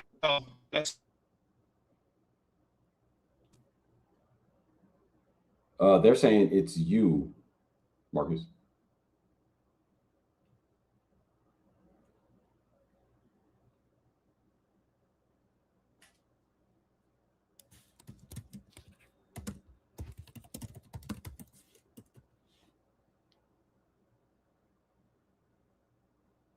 No, this is a dope discussion too. I'll just keep the stream going, the discussion going, because he's from New York. I'm from California, specifically Northern California, Bay Area, Oakland, California. And like I was illustrating here, I've seen all kind of different environments growing up. Like on any given week or weekend throughout the year, I could be in some of the most hooded spots in Oakland. Growing up in the 80s, dope era 80s. to being in some of the nicest suburbs with more diversity and different racial groups and whatever. So in the middle of nigga shit, all the way into, you know, uh, nice suburbs. And I definitely saw how, from the class element that he just described, only certain people in certain classes prominently had these certain looks and images attached. Fast forward out 40 years, all of a sudden, the vast majority of black men look like what was a minority from my perspective growing up in Oakland in the Bay Area. That's you can hear me? Yep, y'all good now. So what I was basically saying is, and I'm gonna go back. You said that you were looked at as, you know, like you were trying to emulate the East Coast and things like that. So out east, we've been doing that. Right. Like dreads and braids is not new to us at all, and it's a norm, and it's a cultural norm, right? The thing is, remember this, right? Like you said, skills and resources. Men are trying to get money. If men are trying to get a certain level of paper, and they got to go into an environment that is not friendly to these hairstyles, they can't rock these hairstyles. So what you're seeing is a result, not a cause. You're seeing guys who are in a certain space trying to achieve a certain level of success or a certain level of income, not rocking those styles. And then you're going to the hood where these guys are not really affected too much by the corporate demands of the other guy. So they wear their hair how they want. So then what you end up seeing is, oh, they got braids and dreads in the hood, and in corporate spaces, they don't. And this is really about what's allowed to exist in one area and what's not allowed in another area. Okay. So like even another thing you said is Silicon Valley. So when you say Silicon Valley, what does that imply? It implies white, corporate, right? So what you would have to do is look toward an area where you got some black people with some money who ain't necessarily corporate and see how they rock their hair. The other thing is, you said, well, nowadays men are wearing their hair like this. And again, like I said, these corporate spaces have become relaxed on how men can wear their hair and also how women can wear their hair, right? Because at one point, women couldn't wear their hair a certain way neither, right? So if you're seeing women looking a certain way, you would assume that they're a certain level income, certain level class, certain level education, because in order to navigate those spaces, they got to look a certain way or they couldn't look a certain way. And the same thing for men, right? So it's a correlation causation fallacy to say that these are hood hairstyles because the guys in the hood are not bound by the rules of corporate America, so they can wear their hair the way they want. And the guys in corporate America have to wear, their hair clean cut. Okay, yeah, wait. Absolutely. Before we get into the whole corporate thing and who controls the HR, the image of a corporation or whatever, I understand that's a real thing. And I understand there was obviously, we don't want these hairstyles in our offices. I understand that's a thing. Before even getting into the whole corporate part, I'm saying that from my perspective, which I only can speak for, in the 80s, the vast majority of black people I ever saw or interacted with did not have the long locks. That was associated typically with somebody who was from Jamaica, some kind of Rastas, something of that nature for sure. And then it was mostly only the hood class, and using the analogy you broke down, that had these braids or made it such a big thing to have these braids. And that's out of just regular black folks, regardless of the economic background or whatever. It was typically more of the hood type folks who had these styles specifically as a minority. And I'm saying at some point, something happened that made it to where that became the style for more black people. And I'm saying that that's not organic. And that happened because, as you described before, the growth and reach of rap, hip hop, that imagery being made more prevalent, more prominent. But I don't know if you heard it on the stream, like I was saying before, that can't possibly be organic because by and large, it was not black people who were gatekeeping what imagery was presented. Somebody got to say, hey, we're going to take this grouping of black folks and present this as if this represents all of y'all. So we take the hood black folks who are making the cool music, who look this way, and present that across the whole spectrum and say, here's the standard for how all of y'all need to look. Nah, that's the perspective I got to see. no, And it's but, like but it can't okay. really be refuted though. So no, it can. And you got to understand, I'm from the birthplace of the shit we're talking about, right? Sure. So understand this, right? And I'm not trying to sound funny or nothing, right? The stuff that I'm talking about pre-existed the music. So like when you're talking about braids and things like, I mean, if you're talking about people back in the 60s and 70s with afros, this is how black men grew their hair. They were braiding it up, right? So this stuff pre-exists the hip hop music. The reason why you got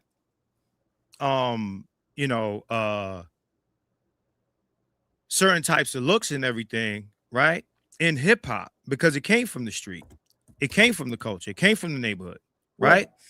So what you're saying, at least it sounds like to me, and correct me if I'm wrong, that the music and the imagery of the hip hop created that look, and I'm talking about. That's definitely not what I'm saying. Okay, but no, let me clarify a thing.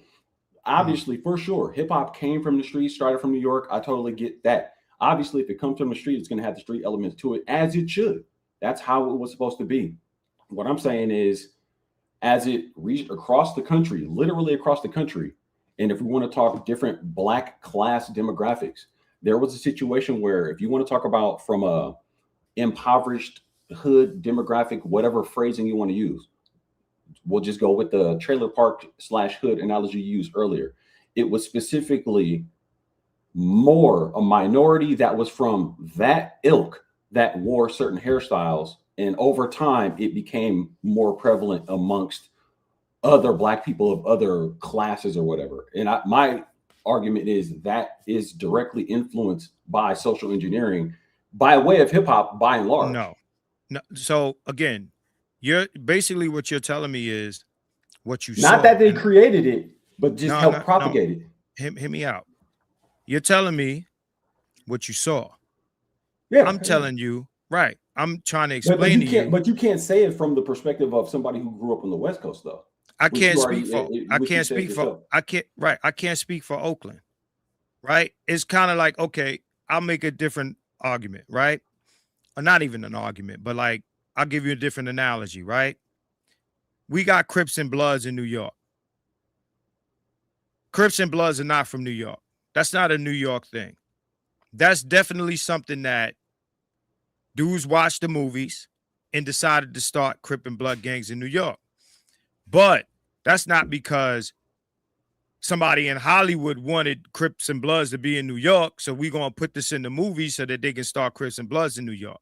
No, bro. The first time we see what up, Shaga? The first time we see this stuff in the movies, these are Black films.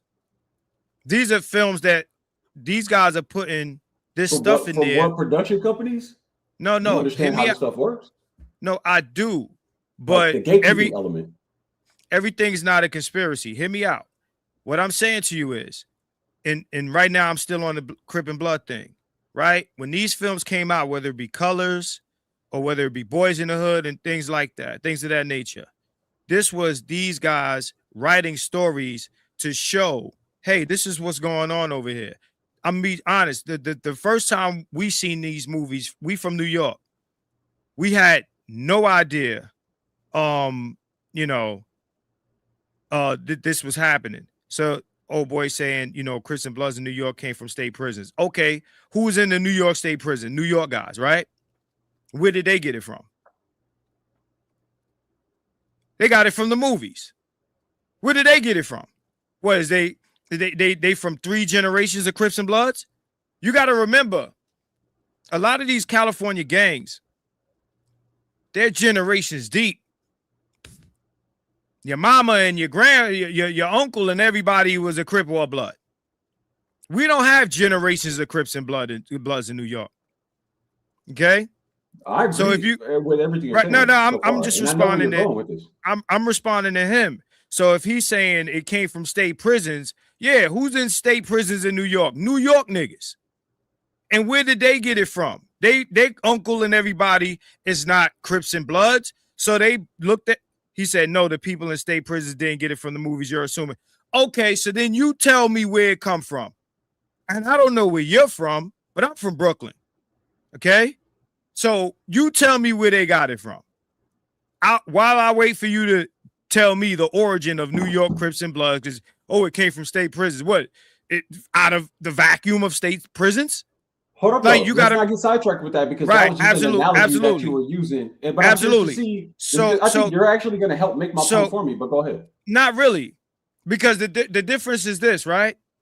I would compare what you're talking about in terms of people following like hairstyles and things like that. I can't tell you what existed in Oakland in a certain time period. I can't tell you that. I don't have enough information to go back and forth about that. What I will say is, if it's anything like the analogy I'm using, I would say that those people out there saw something and then started wearing their hair like that, right?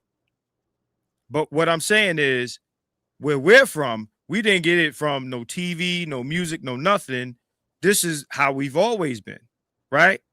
So, yeah. But Wacky World, you still can't answer my question, though. So, fuck out of here. Anyway.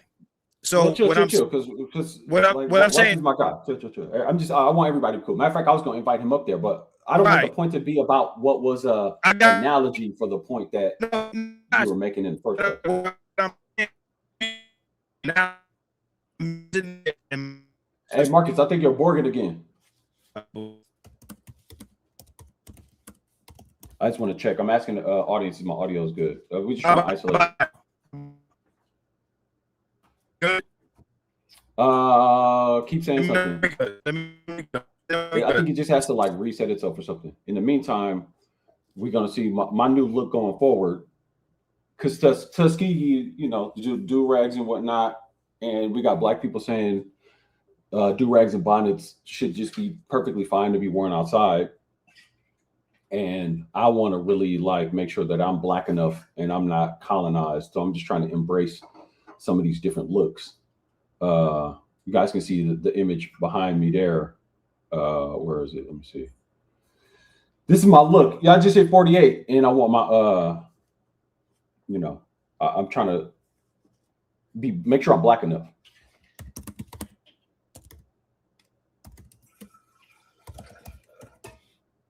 Can y'all hear me? I'm trying to understand if me and him are breaking up or whatever, and I need y'all to let me know. He just went out. He gonna come back in. Y'all let me know. I need y'all to let me know. Yo. Marcus. Yeah, I'm here. Okay, so yeah, you back all good. Now I'm just trying to get the audience to see what they're saying. Let me know when you want me to continue. Good, so I think it's both of us. Oh yeah, so we both back good. So what I'm saying is, I would imagine that the same way New York got Crips and Bloods, y'all got these hairstyles. That was the point of that, right? But it wasn't. We're in total agreement that the hairstyles predated the media element. All I'm saying is, I think the media element helped propagate it to, let's say, groups or demographics that didn't typically adopt these things. And I know that to be a fact for the West Coast, or at least for Northern California. Right, but again, these things happen. I mean, crisscross where they closed backwards and people started doing it. Like that's my point. Right, but there's no guy rubbing his hands together like, yeah, we're gonna get black people to wear their clothes backwards so they can fail. Like, this is what I'm saying. Like, it's just trending stuff, right? So that's an interesting point. So there's no guy saying I'm gonna get black people wear their clothes backwards. Do you think that there's a concept where somebody says this Michael Jordan basketball player guy plays amazingly? He's won rings, he's won championships. People might want to be like Mike. So if we sell shoes that he says are his shoes and he puts his signature on them, will influence people to buy his shoes. Do you think that's a thing? Of course. Well, come on, man. So I'm just taking it there first. So you don't think it's possible that if Bad Boy Records off of, Andre Harrell and P. Diddy split up in Bad Boy Records, and then we get into the Big Willie era, and now everybody's popping champagne bottles, and we got the big glitzy videos. You don't think that kind of pushed the Big Willie era? You don't think these kind of things influence? You don't think after Menace to Society came out, way more people was on some like Southern California wannabe gangster type shit? You don't think that's So a real thing? if we talk about Big Willie stuff, you got to think, right? Black, like, as far as I can remember, dudes always wanted to get money, get fresh. That's been a thing. That's again predates movies. Like we talking about, whether you want to talk about Nicky Barnes or you know, like gangsters like this, they take pictures, everybody's dressed up. You see Alpo and Rich Porter group photos where everybody's wearing Dapper Dan and this type of thing, right? And you know, even the low lifes. I don't know if you're familiar with the low lifes in New York, the Polo Gang, right? Where everybody's wearing polo. They got the big polo towels and polo sheets and you know the ski stuff and everything like that, right? So black people been on some excess when you get money. Peacocking and showing up. Yeah, oh, for right. sure. So because you're trying to not look poor. Right. The boosters and whatnot with boosting all that. I know all about that in New York. Right. Whether it be boosting, whether it be you know, credit card scam, drug dealing, whatever. However you was getting your money. It's always been about he said Thurston Howell and them. That's my man too. So at any rate, what I'm saying is that's been part of the culture. So by the time P. Diddy and them do that, that's already a thing. That's not something that somebody says, hey, let's put this over there so that we can propagate this. No, this is already a thing in the culture before it reaches part of the culture, media. In a subculture, right? No, that's what it's a thing in the culture. So it's part of, right? So not everybody expresses. I'm emphasizing the part because to again piggyback off of your analogy that I agree on, there is class elements to this. Absolutely. So there are different ways that black people display wealth, depending on what they're general, right? No, hear me out. They're depending on the class, you display wealth differently. Right. So, of course, the lower class people take a stack of money and hold it to their head like this. Money fun. Right. That's what I'm saying. Like, so then you got people who are of a higher class. They're used to money. They're not doing gaudy, loud, expressive things like that. But you know that they have money. You can see it, but it's not loud. You understand what I'm saying? I would even say just regular middle class black folks who aren't super wealthy, ain't super poor, just getting by, just doing just regular black people shit. Cosby show watching on Friday night or whatever, Thursday night, just super chill. But wait, I mentioned the Big Willie thing, but also in that same question, I mentioned the impact of Menace Society, which I know for sure all of a sudden everybody in the Bay wanted to be like Southern California when that. I'm just speaking of the prominence and impact psychologically of these media properties being unveiled, which were representations of real shit that was going on that predated those media properties for sure. But when they were highlighted on the silver screen and given a megaphone, I think we're playing a very dangerous game to not acknowledge the effect that that's had on the psyche of black folks. Right. And then now we're generations deep into that. What I'm saying is I'm not denying the effect. Only thing I question is that this was some sort of master planned situation. That's all I'm saying. Like, it's one thing to say, like, I'd be crazy to say, like, with us on the East Coast, Scarface, the movie, Brian De Palma, Tony Montana, huge effect on the hood. So, like, when you talk about Menace to Society, like on the East Coast is Scarface. I'd be crazy to say that this stuff doesn't have an effect. Of course it does. And not only that, I'll go as far as to say that the stuff that comes from the street that comes to the media bounces back, right? So like how you say, yo, we wasn't doing what y'all was doing, right? So some could have came from the street. These guys brought it to the media because they get record deals or they put records out. Just understand, when we make music and we do the things and we talk about the things and we dress like the things, we're doing that for us and people latch on to it. Black culture is infectious, right? black culture is infectious, right? So what happens is we put stuff out there. Some of the stuff works, some of it don't, right? And then, people see it and they mimic the cool stuff, and then that becomes the thing, right? So what I'm saying is, and people saying there's always an agenda. Sometimes, most of the time, I'll say there's agendas, but in this case, if it's working, right?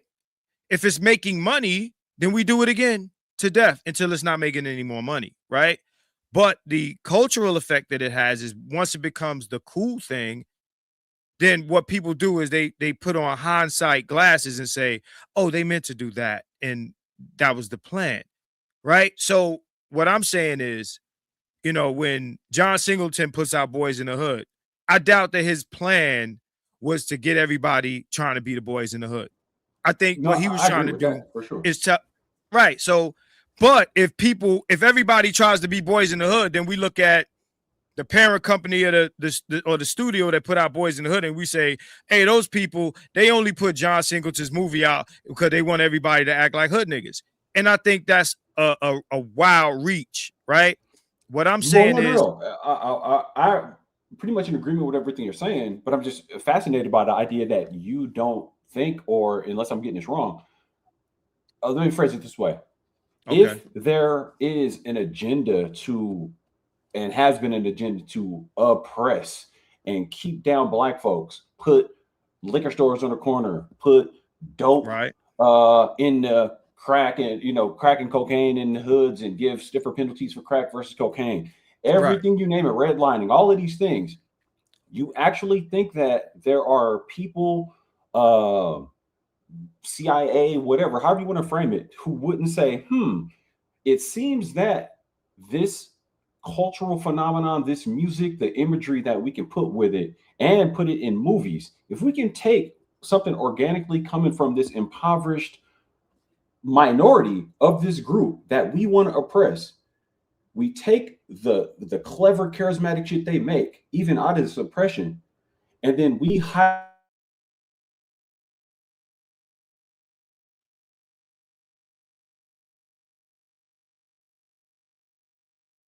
Why is it breaking up? I Like, think, did you catch what I said? nah. Are you hearing me now?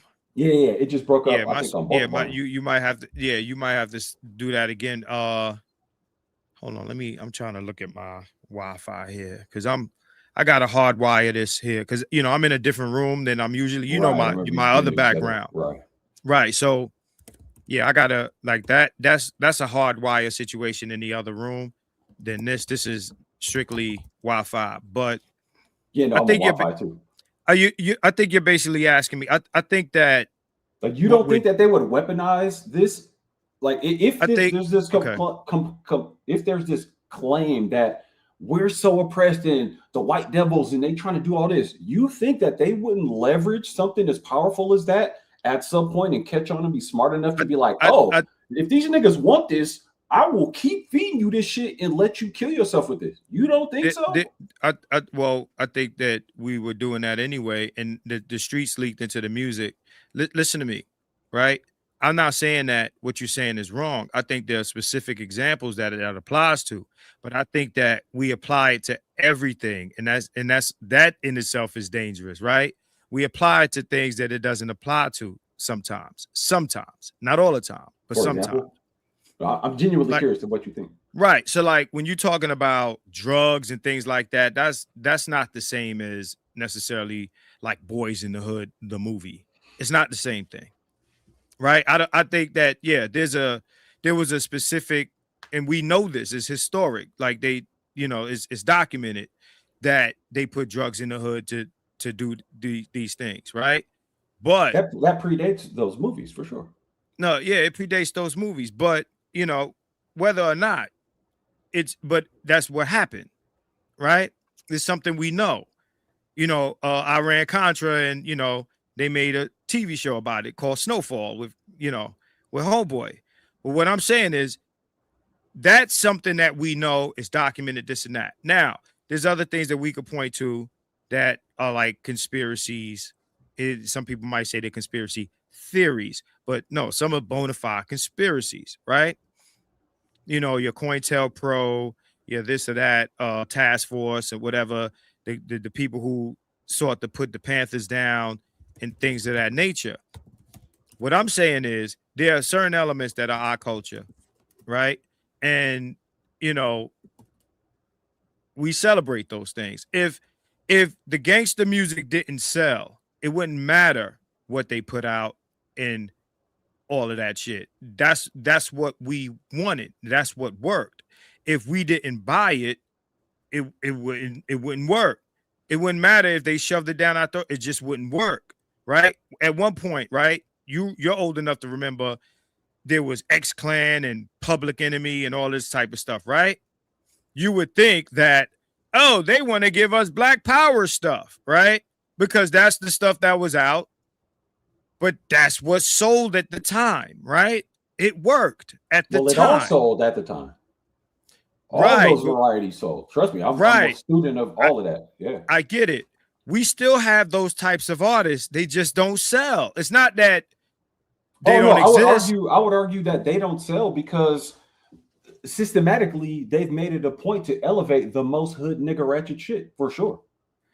Yeah, okay, so that's when we're getting into a definite situation. There has to be a point where we take some accountability in what we choose over the other. Oh no, right? I agree. Both things are happening at the same time. I take a lot of heat for saying, "Hey, we're the ones who are asking for the shit and paying for it and supporting it." And I say this in discussions where, because again, I'm from Oakland, right?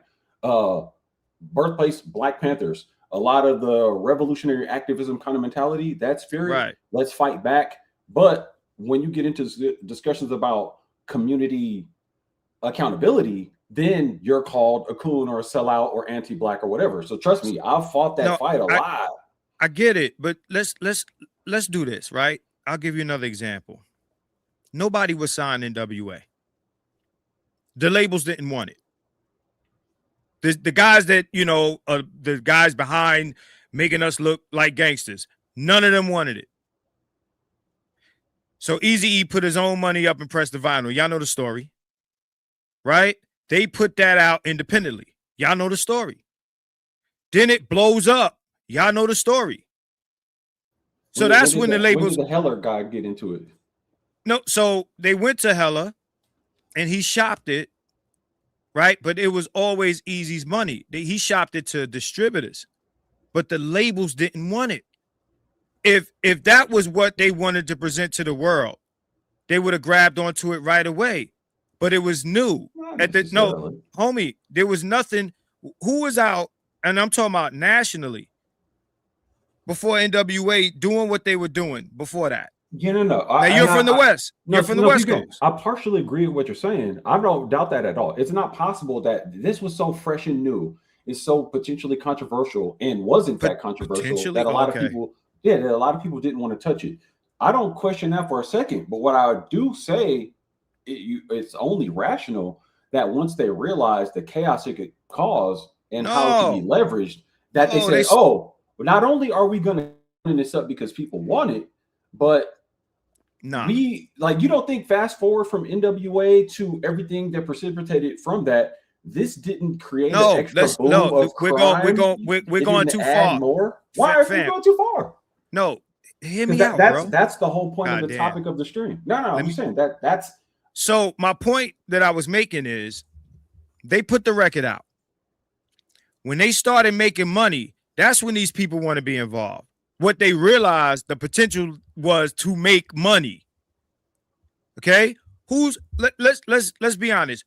Who runs the music industry? Not black people. Not black people. It's a word we don't want to say in the stream, right? They're the people that wear the little hats, right? And they got the little. And I was going to actually use that as an analogy earlier when we were talking about hairstyles. That those people that wear the little hats got their little hair that hangs on the side. I don't know how many of these people you come into contact with, but I'm from New York City. What I'm saying is, the Finkelsteins and the Hammersteins, they run the music industry. These people don't care about nothing but what makes money. Now, if Billy Bob ran the music industry, then we can have a conversation.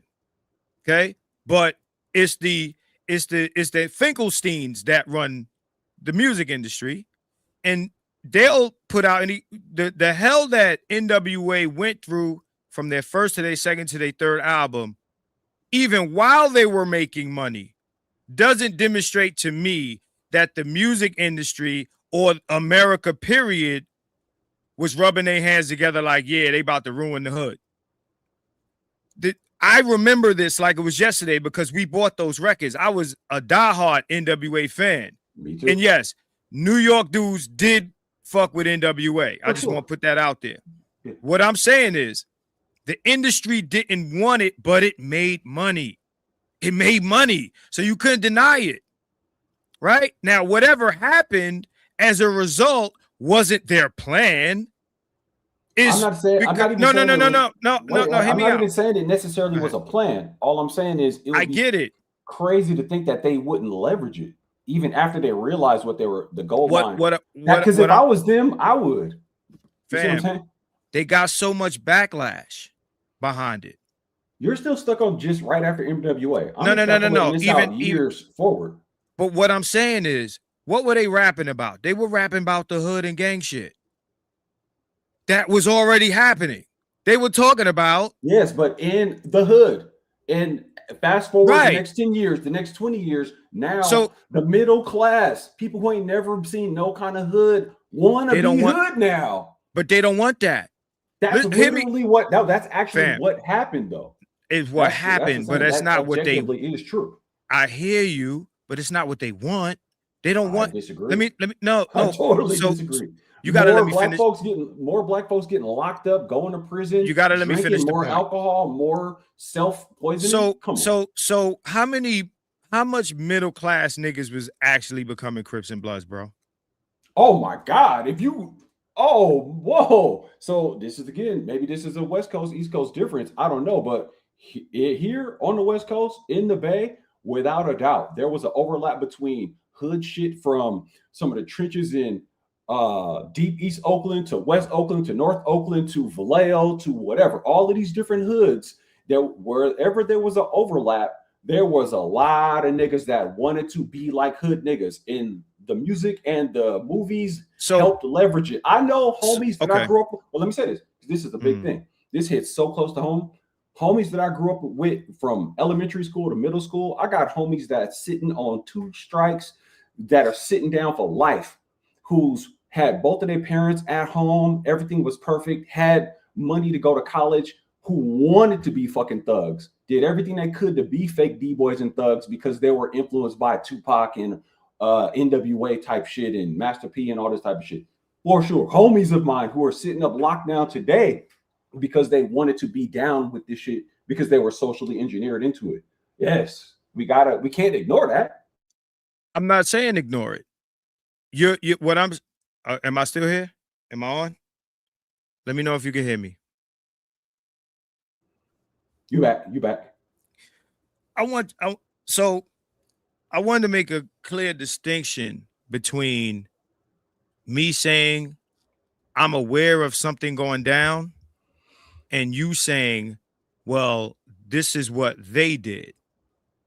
Because I remember every step, whether it be from NWA to the whole death row thing and this and this and this, there were things that were happening in the street that you would say, well, this is what they want because it's fucking us up. When it was just a thing that got popular because it was in the music. It's not, like you said, you agree. It's not something that they planned or wanted. You're saying they leveraged it, right? I would say these guys came out with this particular style of music. It was making money. Other people saw that it was making money and they wanted some of that money, but they had no regard for the effects of more music and more influence that so my stance is they didn't necessarily quote unquote want to leverage it. They just didn't care about the outcomes that popularizing this type of thing would have, right? So it ain't affecting them. They don't want it to come into their hood. So when you said middle class, I didn't think you were meaning middle class black people, but they definitely did not want little Billy and little Sally listening to that shit, right? But little Billy and little Sally did start listening to that shit, okay? And that's something that they did not want. And I remember the Bob Doles and the Dan Quayles and all of them got involved, right? You old enough to remember. So what I'm saying to you is, what I'm saying to you is, yo, what they wanted to leverage was money. They didn't care what effect it had as long as the effect stayed in the hood. It's the same thing with the drugs you mentioned earlier. Money. We bring coke into the country. We let Rick Ross sell it to the hood, and he brings us back the money so we can buy weapons to fight our war. They're leveraging, right, the hood addiction. They don't care what happens to those people, but they're using it for their monetary gain. We're just casual damage of that. It's not like, yeah, we're going to put out this music and destroy the hood. No, we're going to put out this music and get money, and if it destroys the hood, so what? It's just is business as usual. But at the end of the day, bro, we bought the records, we listened to it, and we got into what it was, and we got soaked into that. So then there's that part of it. So let me address that. Right. So go ahead. No, because I love what you're saying, and I want to chime in on that because I'm way more interested in the community Black folk accountability aspect of it, more so than they set it up and did it to us. However, from a strategic standpoint, I think we take a big L to not realize that if we're going to say the same people who COINTELPRO, the same people who are government assets that overlap into Hollywood, and that's something that's, decades ago, where there was this merger between Hollywood and government intelligence agencies and whatnot. We know that's a part of what Hollywood is all about, and that was from a long time ago. Intelligence agencies' influence on music, like the Grateful Dead and all this type of shit. Arguably, some of the civil rights movement stuff had government intelligence agencies' fingerprints all over it. We know that's how they infiltrated some of these groups, right? So I think it's kind of like a bad move to not realize that once they realize these media properties could have this effect from a social engineering standpoint, they wouldn't leverage that. Now, that's my position. I think that's objectively true. However, I totally agree with the concept that that doesn't absolve us as a community of saying, well, there was nothing we can do, or, the onus isn't on us. Ultimately, if they put the dope in our hood, or they put the dope in our on our TV screens and promoted this type of music, Ghetto Boys to NWA to Two Live Crew, some of those ratchet shit, I was with it. And I can admit that. So you're saying it's objectively true that they would leverage? Weaponized it for sure. Yeah. No. From a social engineering standpoint. No, but you got to flesh that out. What did they socially engineer? Oh, they specifically said, we're going to take the most ratchet, hood, downtrodden, degenerate shit and make sure that sees way more marketing budget, more promotion, because then we're going to steer more of, to your point, a lower class group with lower class thinking coming from impoverished, more desperate positions where they're more inclined to commit crimes. We're going to take the very creative and charismatic music and energy, put more money behind that, put that in videos, put that on the silver screen, elevate that more, and then essentially tell these people their culture is all about this. So we're going to have people who are not from that class want to gravitate to that. Let me tell you, 2026, every dude looks like some fucking rapper. You're looking at an effect, and you're putting this like master. It's kind of like how religious people, they can look at the world and say somebody created. I'm like, how do you not see it? No, bro. So I heard you out. Hear me out. Go ahead. Right. So what I'm telling you is, I disagree with you. I don't think they mind, right, the spread of this stuff.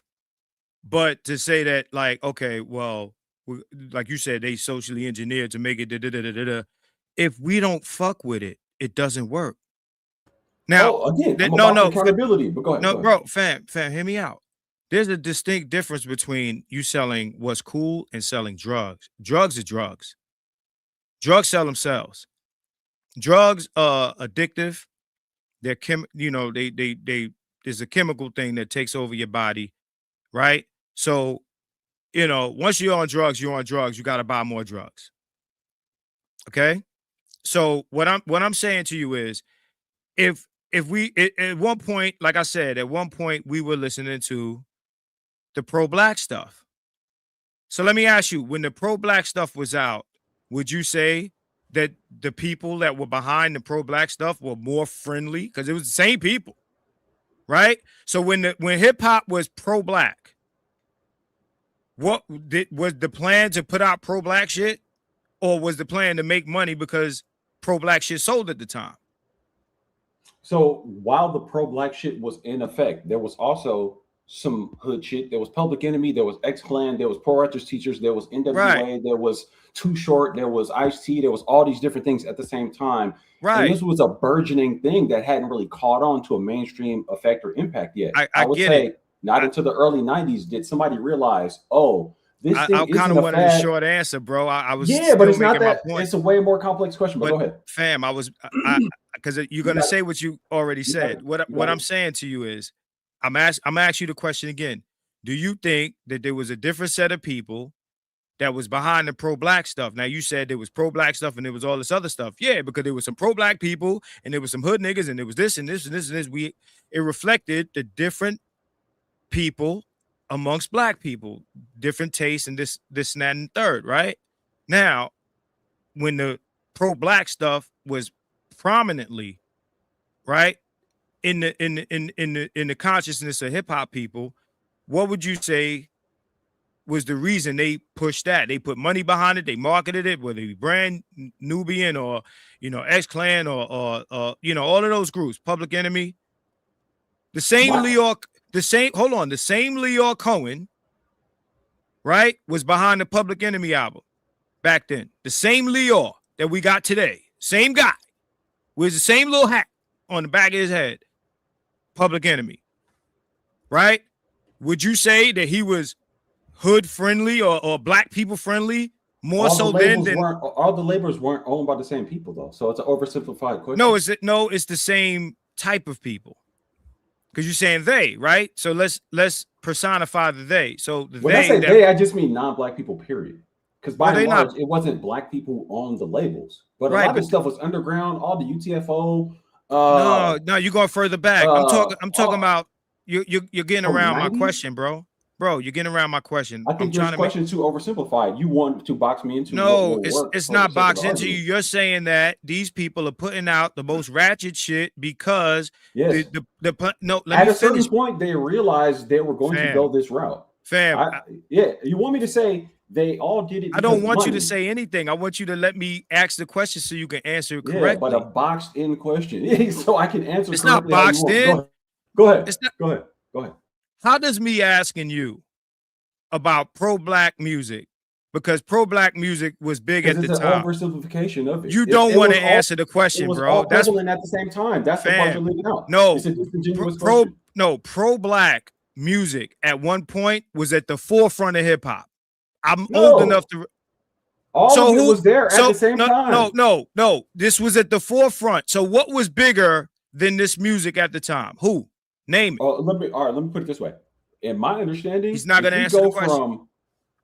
We got to get the foundation of the question right, that we agree on the premise, right? So you don't want to add you. So you're gonna. We don't agree on the premise, so no, I'm not going to lie to you. So what's the premise that you're disagreeing with? That I'm saying pro-black music wasn't at the forefront. I'm saying that there was pro-black shit and there was ratchet nigga shit the whole time. I'm not saying it didn't exist. It wasn't at the forefront. Hey, Shock, we had KRS-One. This is when Self-Destruction came out. No. What was the hottest albums around 90, around 89? We can go Fam, I'm not interrupting you when you make these points, bro. What I'm saying to you is you're talking as if I'm saying nobody else existed. I'm telling you what was the most popular music in that period. We had a lot of those groups out at the time. and they sold a lot of records. We talking about Public Enemy was a multi-platinum group at one point. Okay, this was the type of music people were making. When you look at back in the days, everybody had their hair twisted up, doing all types of dances, wearing bright colors that was supposed to represent some type of African pride or something like that. This is during the time when apartheid was popping. Shaka, you old enough to know this. This at one point was the prominent music, and what turned that around was NWA. Okay, NWA came out in the late 80s and took hip hop in a different direction. Okay, so in the mid 80s, we talking about like 85, 86. This is when the pro-black shit ran the show. So if you want to disagree on that, hold on. If you want to disagree on that premise, be my guest. But you can't tell me because I was there. So hold on. So now that within that timeline, at that period you're referring to, if we say what was prevalent at that point, we're talking mid 80s. Let's go mid 80s, 80, 85, mid 80s, 80 to 85 to 95. And New even put this here. Karis One, De La, I remember all this stuff. Native Tongue, that's actually more 90s. X-Clan, that's more 90s. But KRS is 80s. Right. 80s into 90s for sure. But Native Tongue, that's kind of more prevalent towards early 90s into 90s. X-Clan was definitely late 80s into 90s. So that's my point is, again, I'm a student of this stuff, but you were in New York. You were right there in the forefront of this stuff more than me. The music, all that. Let me finish. What I'm saying is, let me finish because I just don't want to make it too circular. But I would it doesn't say have this. To be. Let me finish. I already admitted to the point that as a burgeoning thing that people were saying was going to be a fad, as it was growing and they were seeing where this stuff was going to land, they absolutely did put whatever they thought was going to be hot. This new artist from this borough, this new artist from this region. When Ice-T and West Coast guys started popping up, it was a Wild Wild West. So different people, different label people, different keyboards was putting money behind whatever. You made so this I'm actually point agreeing with your point. I'm agreeing with your point. Right. But what I'm saying is you're agreeing with something. That wasn't really my point. And exactly. That's bro. A matter of the time period. No, fam, no disrespect. What you do is I'll ask you a question. You'll latch on to something else and agree with that. That wasn't the point that I was making. I'm asking you. The premise of the question wasn't solidified. Fam, so I'm not going to answer a question without a solidified premise. That I was about to ask you the question again. I don't want to get to the point where we're talking over each other. Because I want to have a conversation. I don't want to have an argument or a debate. What I'm asking you is this, bro. Today you're saying that we got an overabundance of ratchet music. For sure. I would also say that there are other records that are not ratchet that exist. Are they at the forefront of the culture? No. Okay. There was a time back in the day, yes, where the forefront of the culture was pro-black hip-hop music. There was other music, but it wasn't at the forefront. Is this clear? Is this clear enough? Yes, I agree with you. Now what? Okay.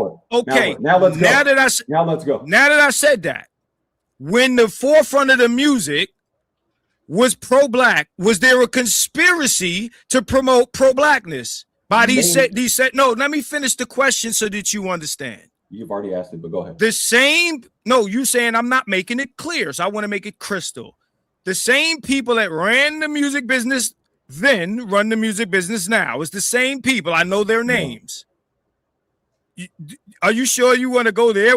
I know these people's names. The same guys that was all of the artists that came out. Fam, we're not talking about. We're not talking about.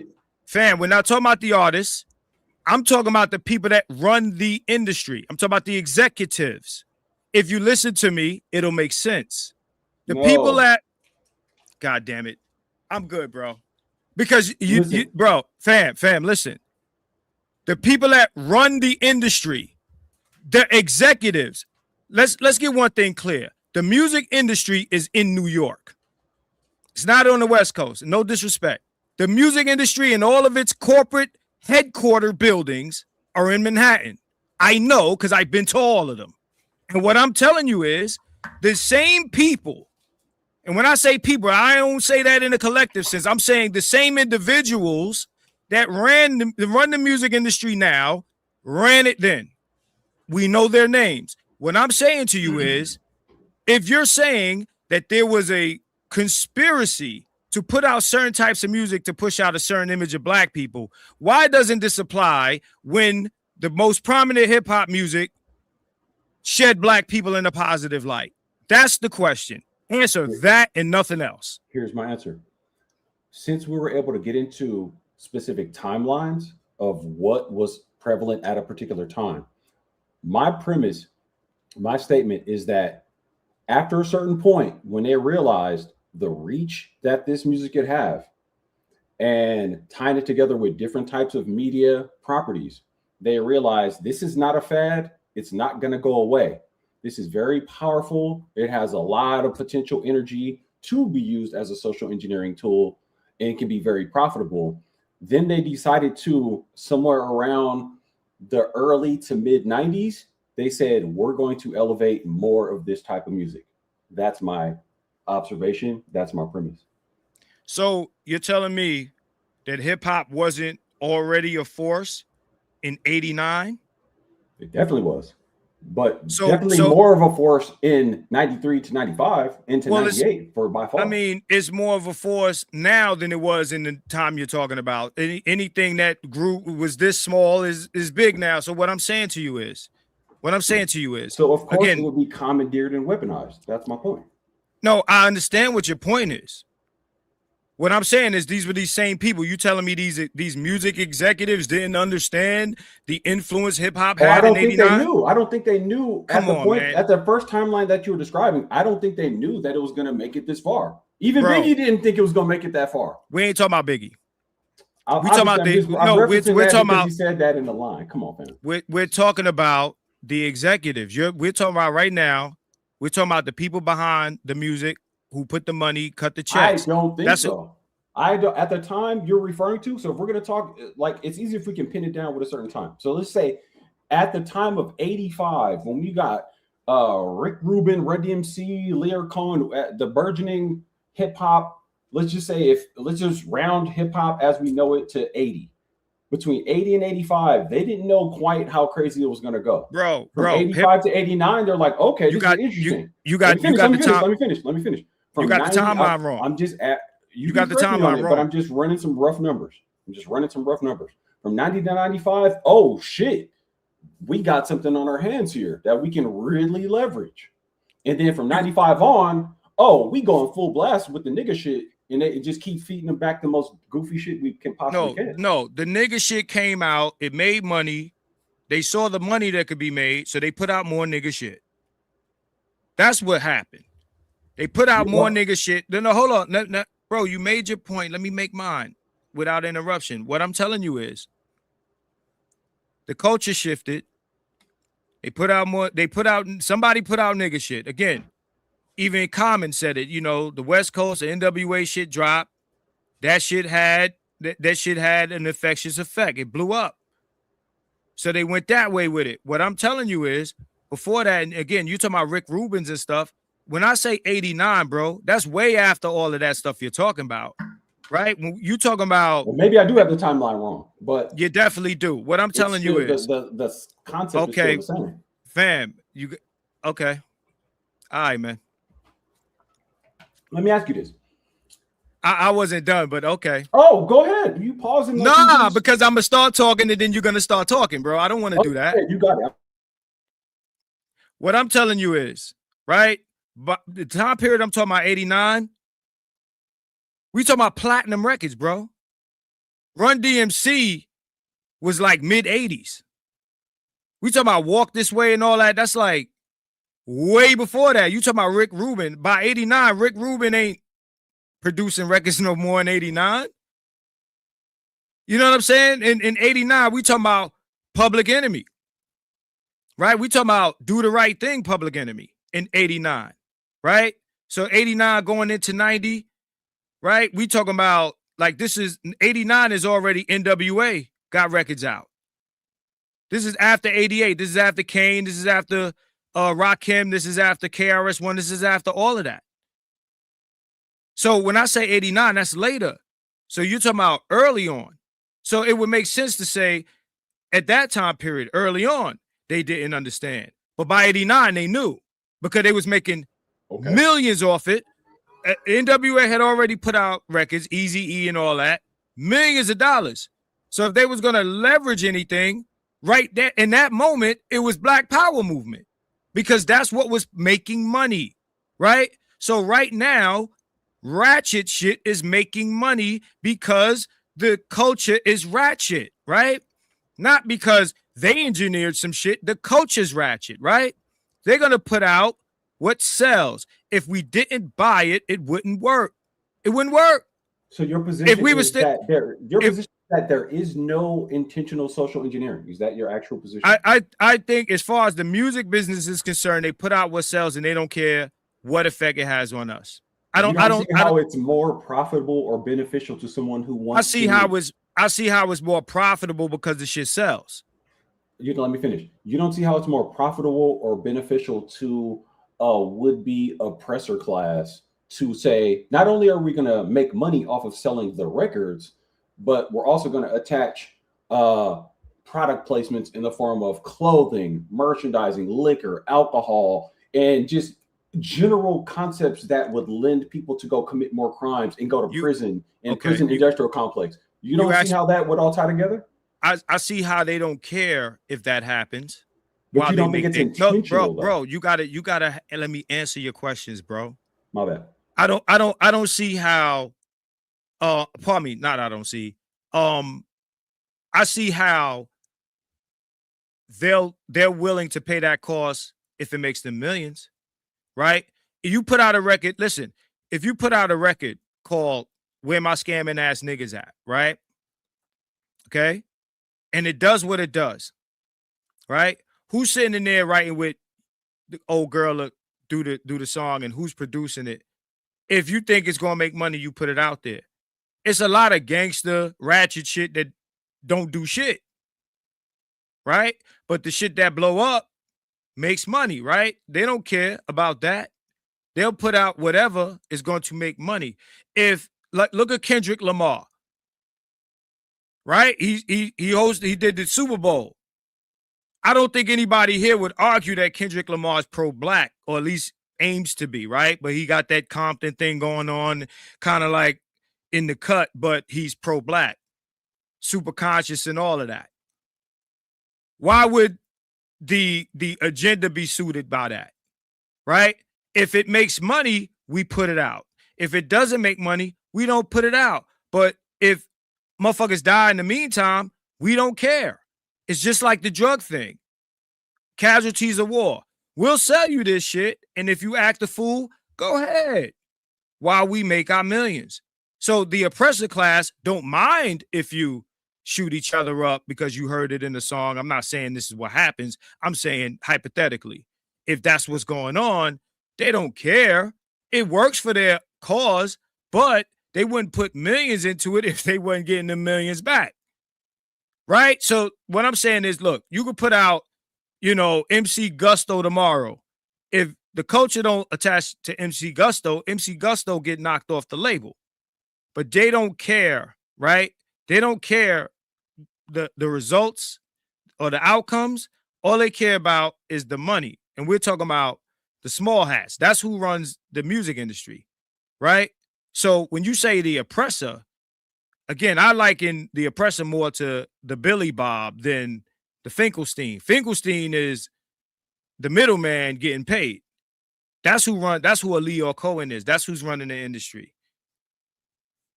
But that's my position on it. Fascinating. I'm curious, and I'm not saying this is true or not true, but have you heard of this concept where they say there was supposedly at some points in the 90s where this legendary story about someone being invited to certain parties or certain events and being made privy to certain meetings where they were saying they were going to actively push out certain types of music because they knew that it would have like a multi-pronged sort of thing that would lead more Black folks to go into prison, and they would simultaneously invest in the prisons. Have you ever heard of that general idea? I mean, I've heard of like who you talking about, like Wise Intelligent or who I can't even pin down where it came from at this point, but I've heard people talk about this stuff. So I've heard people say stuff like that, but because I know, because again, I got my own history with the music industry, right? And what I'm saying is, if it doesn't sell, right? I would say this, right? Let's say that the culture was like 89. It was Public Enemy, KRS-One, this type of thing, right? Because right now, what you got is you got the ratchet stuff up front, and you got the kind of like more conscious, positive stuff in the background. Like Kendrick Lamar is a pretty big artist, and I'd argue that he's a pop artist, right? He's one of the biggest artists. He just was out here. You already know. He did the Allegiant Stadium. That's the level artist that Kendrick Lamar is, right? What I'm saying is the music has to work.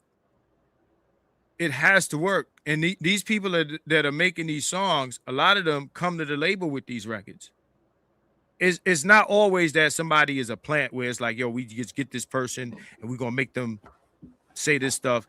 I think that what happens in these labels is that the labels might tell them to rap more gangster because they see the people responding to that and that the records sell. Not necessarily, yo, rap more gangsters so we can create more gangsters. They're trying to recreate, because when you're doing music, when you're A&R at a label, you're trying to recreate the success of the other shit, because they do a lot of records. They spend a lot of money on shit that don't work. And it be the one artist that'll blow up that'll pay for all the shit that didn't sell. Right. It happens a lot. Because think about this, right? And I'm not going to say nothing you don't already know. Millions of dollars go into breaking an artist. Not even just the recording, the spins and everything that, Ant Dog is talking about, like getting it on the radio and this and that and the third, right? You get an artist, he trash. You done spend millions on him. He talking that, shoot him up, bang, bang shit, right? But we ain't feeling him. That millions ain't do nothing to affect the hood, and it didn't even make you your money back. At the end of the day, it's not like I said, these guys are trying to recreate success. They try because they spend a lot of money, and it'd be that one record that'll bring that money back. Same thing in the music. I mean, in the film industry, all the money that they spend on marketing and things of that nature, right? Oh, I know where you're going with this. That's Young Thug, ain't it? Yeah, I'm just curious about the idea of, because like we're in, just so we're clear, I agree that the people setting this stuff up are looking to make money. I think our only disagreement is in, you don't think that it was made to be more intentional, and that someone didn't say, not only can we make millions to potentially billions from the music industry itself, owning the rights to the music and all this in perpetuity, 360 deals, that there's also a social engineering element where we not only get to feed these people back their most negative imagery, we can weaponize it by selling them so much more than just the music. That's my position. So, and I'm only saying it to the degree that, no, I get it. The only difference in our viewpoints is this, and you're talking about selling other things, all that, merch and stuff like that. Again, that comes with, if it works, you got to, like, the artist has to work. What they're saying has to work. With black people, look, black people will go to a show.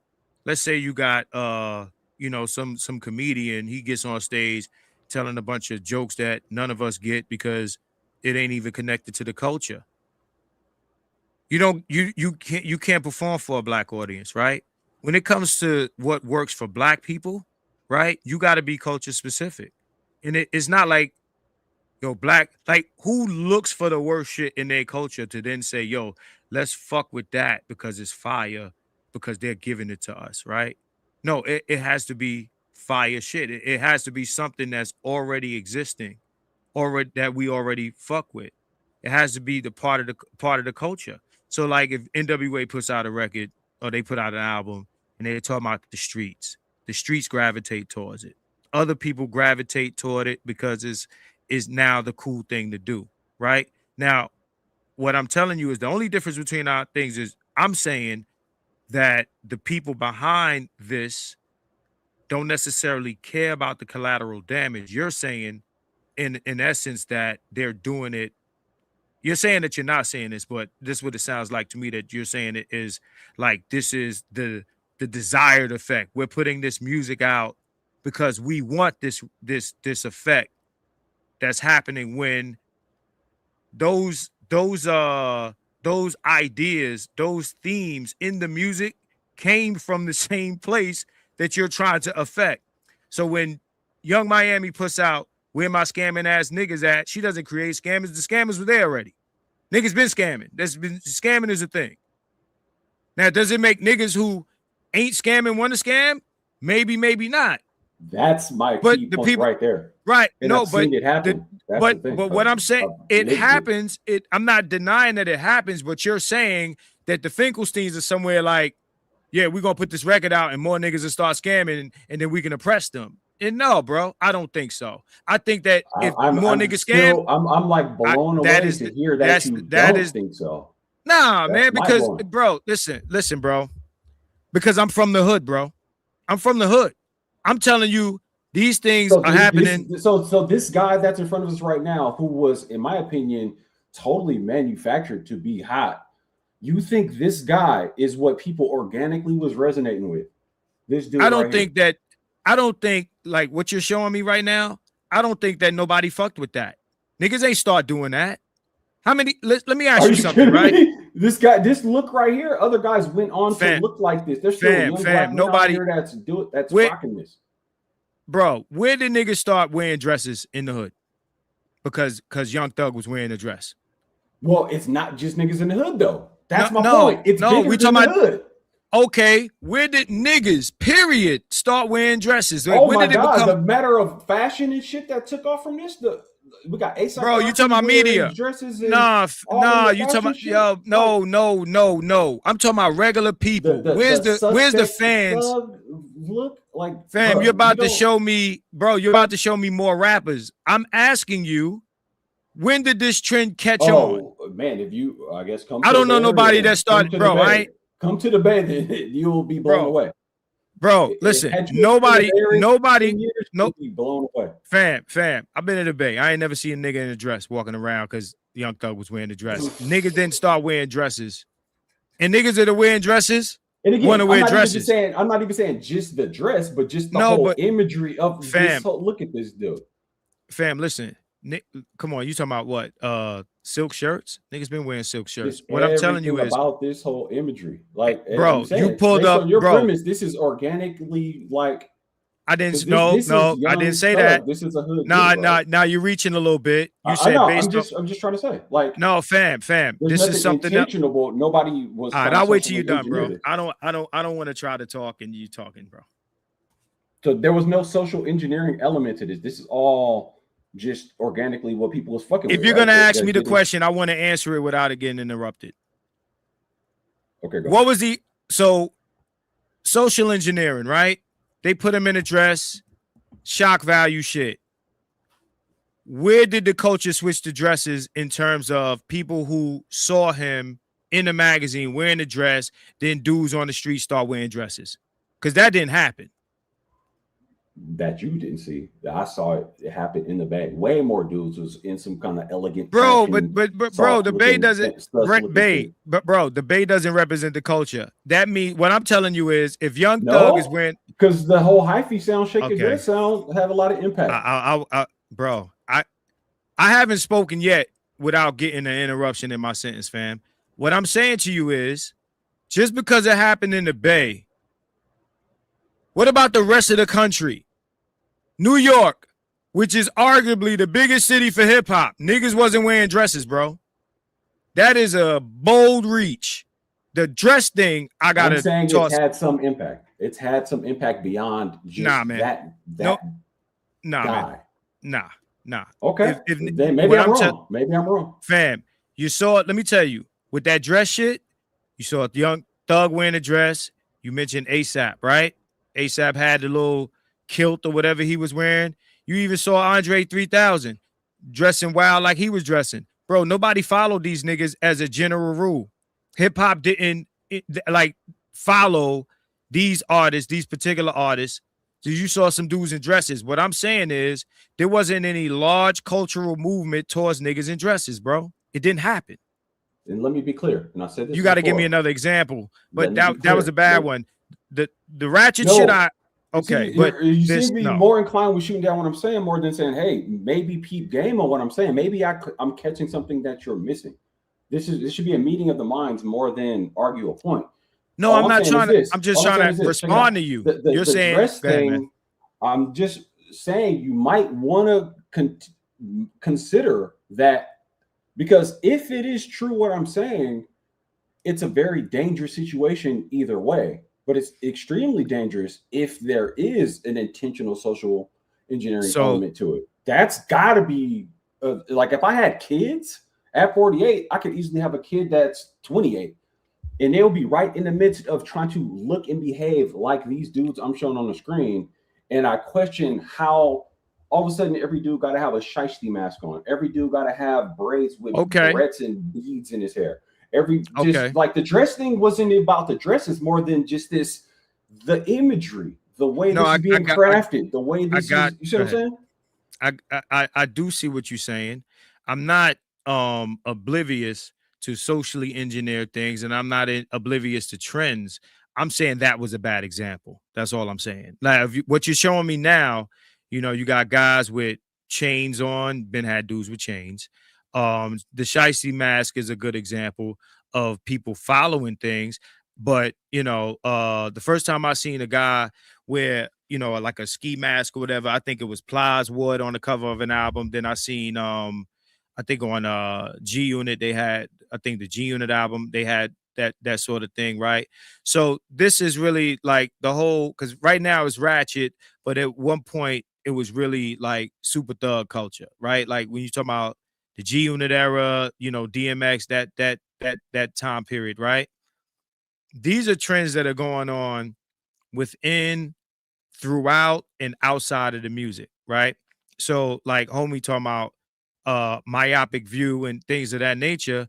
I want somebody to give me a metropolitan city where dudes was walking around as a general rule in dresses because Young Thug was wearing the dress. And you can't do it. Because this ain't about New York. I don't care if it's New York. I don't care if it's Atlanta. I don't care if it's Houston. I don't care what city you name that has a huge abundance of black people. That was just that in particular, right? Is just a bad example, but that's not necessarily the argument you're making. I get the argument you're making. I feel like they put that imagery out there the same way how like Dave Chappelle and the rest of these guys talk about how they want to see black men in dresses. It was an attempt to push something. It didn't catch on. And that's my point. They can try, but if it doesn't latch on, it doesn't latch on. But the thing about it is, with the music, these are themes that already exist in the culture. Our culture is not really conducive to niggas walking around with dresses on because niggas is trying to be hyper masculine, right? They've been trying to knock black male masculinity forever. It just ain't working. So you could put Thug in a dress, you could put ASAP Rocky in a dress. This is not catching on as a mainstay of hip hop or black culture. So that's what I'm saying. Like that was an example. It was a good example of a media try, but it's not something that converted. You understand what I'm saying? It didn't convert, right? So like when you talking about what you just showed, like Pooh Icy masks and things of that nature, I can see how that. But You saw in the hip one hop, before, the right? kid. The expectation, dude. You said Would what? you what did you want to? I saw it. What did you want to say about him? No, I'm just saying. I'm just showing it from a position of you kind of peep game on kind of what I was saying, where Dave Chappelle said, "Put guys in dresses." Right. And to say And that means that mhm. you agree that there's a potential or at least some type of effort of socially engineering people, because that's Oh, part of I what don't that. no, that's what I said. I said I'm not oblivious to social engineering. What I'm saying to you is like it has to convert. So like Okay, so then I again, so so so you then what I gave tried us to an do, go ahead. so adding to your point, what I tried to do was then go find another younger guy who then was, I think it's a slow and slick thing that they're trying to do. So then Lil Uzi Vert, Extentacion, who ends up dying. No, Just but this what's particular look. I'm just trying to think of it. Maybe I have the okay? timeline wrong, but from Chief Keef to just so many names that we can look at and the imagery that they use. Let's try a dress here. Maybe it doesn't catch. Let's try this here. Let's do this hair color thing here. Let's try this thing here. And then let's also tie this in with, again, I'm from the Bay. So we get this big discussion about Black intersectionality and different types of oppression. And we need to fight communism and all this other type of shit. You see where I'm going? So let me tell you the difference between the Extentacion and the Young Thug example, right? The difference is what he looks like, that's what the kids look like. So he represents And them they organically look like that though. No, which came first? His look was in the streets before he is an artist. That's a thing already. Now, if people see him and they start to dress like him, then that's just what happens. But they didn't just find some kid do his hair like that and there wasn't already kids looking like that. The difference between this and the Young Thug example was niggas wasn't walking around in dresses. So let me finish the point. Let me finish the point. They put Young Thug in a dress. That doesn't come from the culture. It doesn't come from hip hop. It doesn't come from the streets. It doesn't come from nothing. They put him in a dress. We look at it. We say, what the fuck is he doing in the dress, right? It's wild. It gets attention, whatever, but nobody mimics it, right? And I'm talking about in the macro sense. Nobody mimics it because it doesn't exist in the culture. It's something that they put together for some photo shoot to get views and attention and to make a statement. What I'm saying about Extentacion is that, which is what he looks like, is something that was already happening in the culture. He looks like the kids who's going to buy his album. So he doesn't necessarily, they don't dress him up like that and then he comes out and then now he's created this new look. That's something that the kids were doing already. Remember, you got Little Uzi Vert and these guys, Lil Yachty, and they all had this look. They got their hair twisted up. Maybe they got like purple hair or this color, that color. This is something that the kids were doing already. So he represents that look. So they latch on to it. Young Thug doesn't represent shit with that, what he's doing. Nothing happens with it. Marcus, let me holler at this because I just don't want to miss some great points you're making. You don't see visually, like I can even Photoshop it.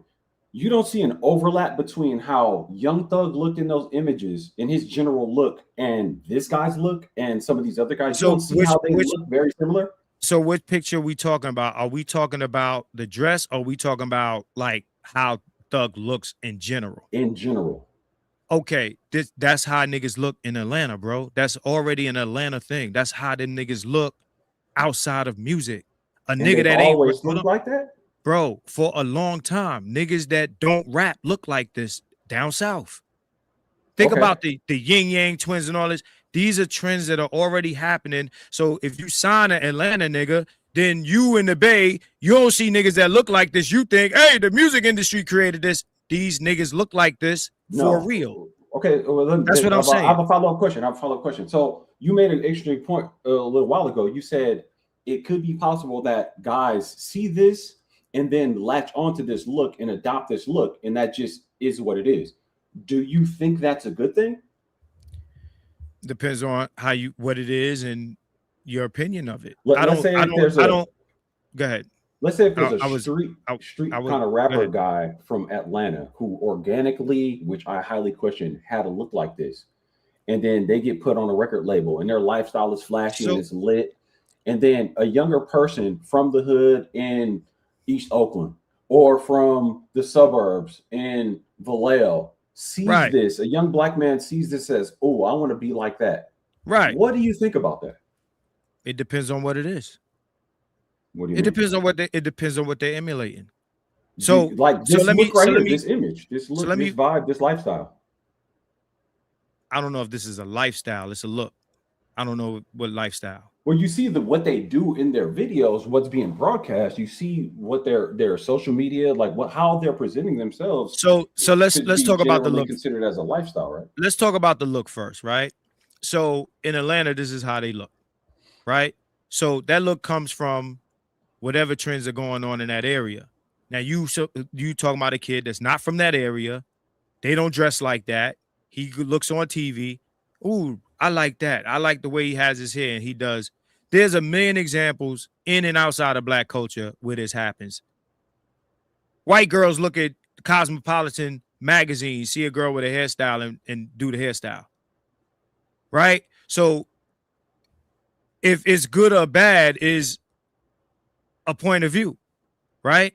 Now, lifestyle, if the lifestyle is self-destructive, I got an issue with that, right? But a look, him wearing his hair like this, I don't have a problem with. He's a young dude, right? Now, aside from him being an entertainer, let's take that out of it because you comparing him to, like, let's say some kid that's seeing this. If some kid sees Extentation and starts wearing his hair the way Extentation does, it's not necessarily bad. They kids, man. When we was kids, we had flat tops, we had braids, we had this, we had that. We saw niggas with Jordans, we saw niggas with Air Force Ones, and we wanted Air Force Ones. We wanted, Air Jordans. We wanted what other people were wearing. You see the guy with Carcanine, we wanted Carcanine. Is this bad? Let's not become our parents. My thing is, if you're doing things that are self-destructive, then it becomes a problem. But dressing a certain way is not necessarily an issue unless it's like what we've been talking about, like you're in college, where it's one thing to be some kid hanging out in the street, going to a party, whatever, and you dress like that. But then when you're trying to get your degree and you're training to be in corporate or do something with like career-wise, then you want to emulate that environment, right? And this type of thing might slow you down from doing that. Are you aware of this idea that there's this like drill rap thing where it's typically street type shit, gang shit, and guys are I'm aware, rapping about it, but right? actually doing it, and it's tied into how they look, how they dress, their lifestyle, the things they do on a daily basis? Are you aware of this, or I'm do you aware. believe this is exists? I'm aware of there's artists that I'm aware that there's artists that are about that, and then there's artists that are just connected to the music. Why is Ty on the screen? I don't know. I just searched drill rap murder, so this is just what happened to pop up. But I'm just putting this Okay, in the context of so we went from like an image discussion, and you talked about extentation, and this is organically how some guys look, and right, it's it's maybe depends if certain mhm. other kids from different regions latch onto this. Now I took it a step further and said, okay, the look, now behavior, and it being broadcast and money budgets being put behind it to more or So less glamorize it and I push it don't out think more. that, right. I don't think that everybody that's emulating the look is necessarily aware of the street element connected to it, right? So like remember when the Crip dance got real popular and you got Bow Wow Crip walking? Mhm. Okay. I'm pretty sure, right, that a lot of the people that saw that are not from that didn't look at that like, oh my God, he's this gangster stuff in this murder, right? They're looking at a dance. But we know what's connected to that, right? They're emulating the dance. They're emulating that part of it, right? So you got kids that they like the look. Some of them want to be connected to the whole thing. And again, if that's a self-destructive behavior pattern, I got a problem with that. I think that could be problematic. The look itself, right, is not necessarily a thing unless it invites the other thing. Does that make sense? So like, you see DJ Quick and his all red. You want to wear all red. You might not want to do that depending on where you are, right?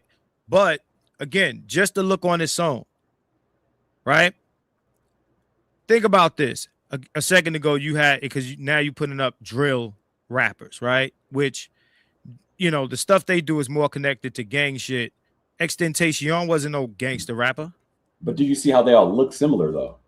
No, Extentation don't look like these guys. Are you serious?